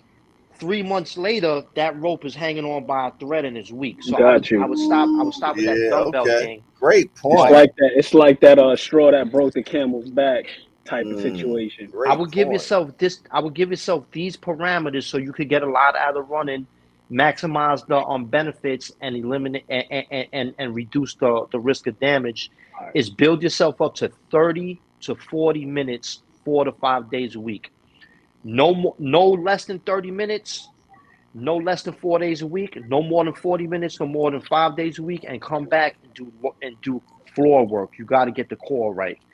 leg raises, sit-ups, all of that type of stuff. And Of that will course, give of you a course. huge head start on conditioning. That's what's up. That's what's up. I'm writing it down right now, so I'm Yeah, gonna need you to yeah. repeat that for me because I'm Okay. taking And, notes. and after this, we're gonna have to shut it down at 12 o'clock, man. I gotta All go right. make a move. So go ahead and give 4 me to his 5 information. days a week. You're gonna run 4 to 5 days a week, a minimum of 4 days, a maximum of 5 days, for a minimum of 30 minutes and a maximum of 40 minutes. And then you're gonna come back and you're gonna work on stomach core exercises for your stomach and your lower back for 30 minutes.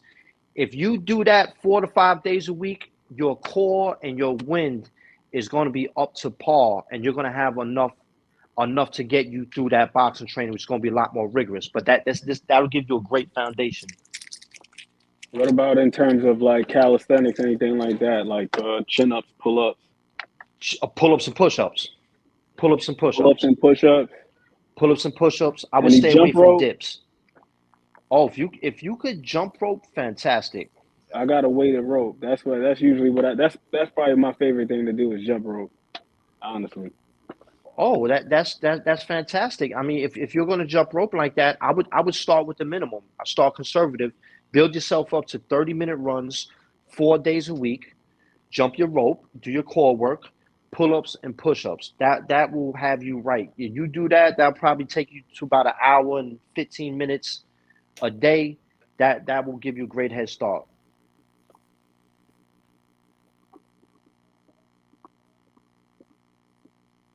got you. All right, I'm And out, gentlemen. and no Thank you weighted for. punches. All right, No, don't do that. Maybe down the line, but definitely stay away from that now. Trust me, your shoulders will thank you for this. got That's you. what's up. Hey, Greatly All right, man. I'm appreciate out, you, people, gentlemen. man. It's Hey, been it's All been right, a cool. pleasure. it's definitely been a pleasure. I appreciate everybody that hung in and endured with us, man. See, this is what you call a hangout. That's what we did today. We hung out. We went through different layers of different things. We talked about a few different things. You did, and it was fun. You did. We didn't just stay in boxing the whole time. We talked about a little bit of this, a little bit of that, man. I learned some things. I hope y'all learned some things, man. But other than that, man, it was a beautiful time being in here with the brotherhood, man, for sure. I appreciate everybody that came on the panel today. It was great. It was great. And who said we can't get together and have great conversation without cussing each other out, man? You dig? I mean, that's amazing. Hold on, we got somebody coming in the building real quick. This Senior, the what's this up the with you, boy? this the marathon episode. We can't close it down. We gotta go 7 o'clock. We can do it all morning. It's the Goodness marathon. gracious, boy, you growing a huge beard, ain't you, boy? Listen. Now it's a little fire show today, man. Appreciate it, man. Very Yeah. informative, man. Appreciate the work you put in there. Appreciate it, man. I don't We even gotta we call gotta it go work, to we man. gotta go to 7 o'clock. That ain't gonna happen. Ain't gonna happen. Look, gotta go put my number in right now, and I know that much. Oh, she better hurry up. Yeah. Well, you got into 12:25, so all right. But yeah. Let I me ain't get never on I out ain't of never here, waited that man. long. I actually can call my guy. He'll put the number in for me at the store. But I try not to overstay my welcome when I do that. You did. But listen here, man. It's been a pleasure, man. Make sure that as you walk out the door, if you have not hit the appreciation button, man, make sure that you do that. Share the show, man. Let other people know what we got going on in here. My cousin Tommy, I appreciate you, man. Tell cousin No I said, what's up? Other than that, man, we out of here. Man, how you turn this thing off?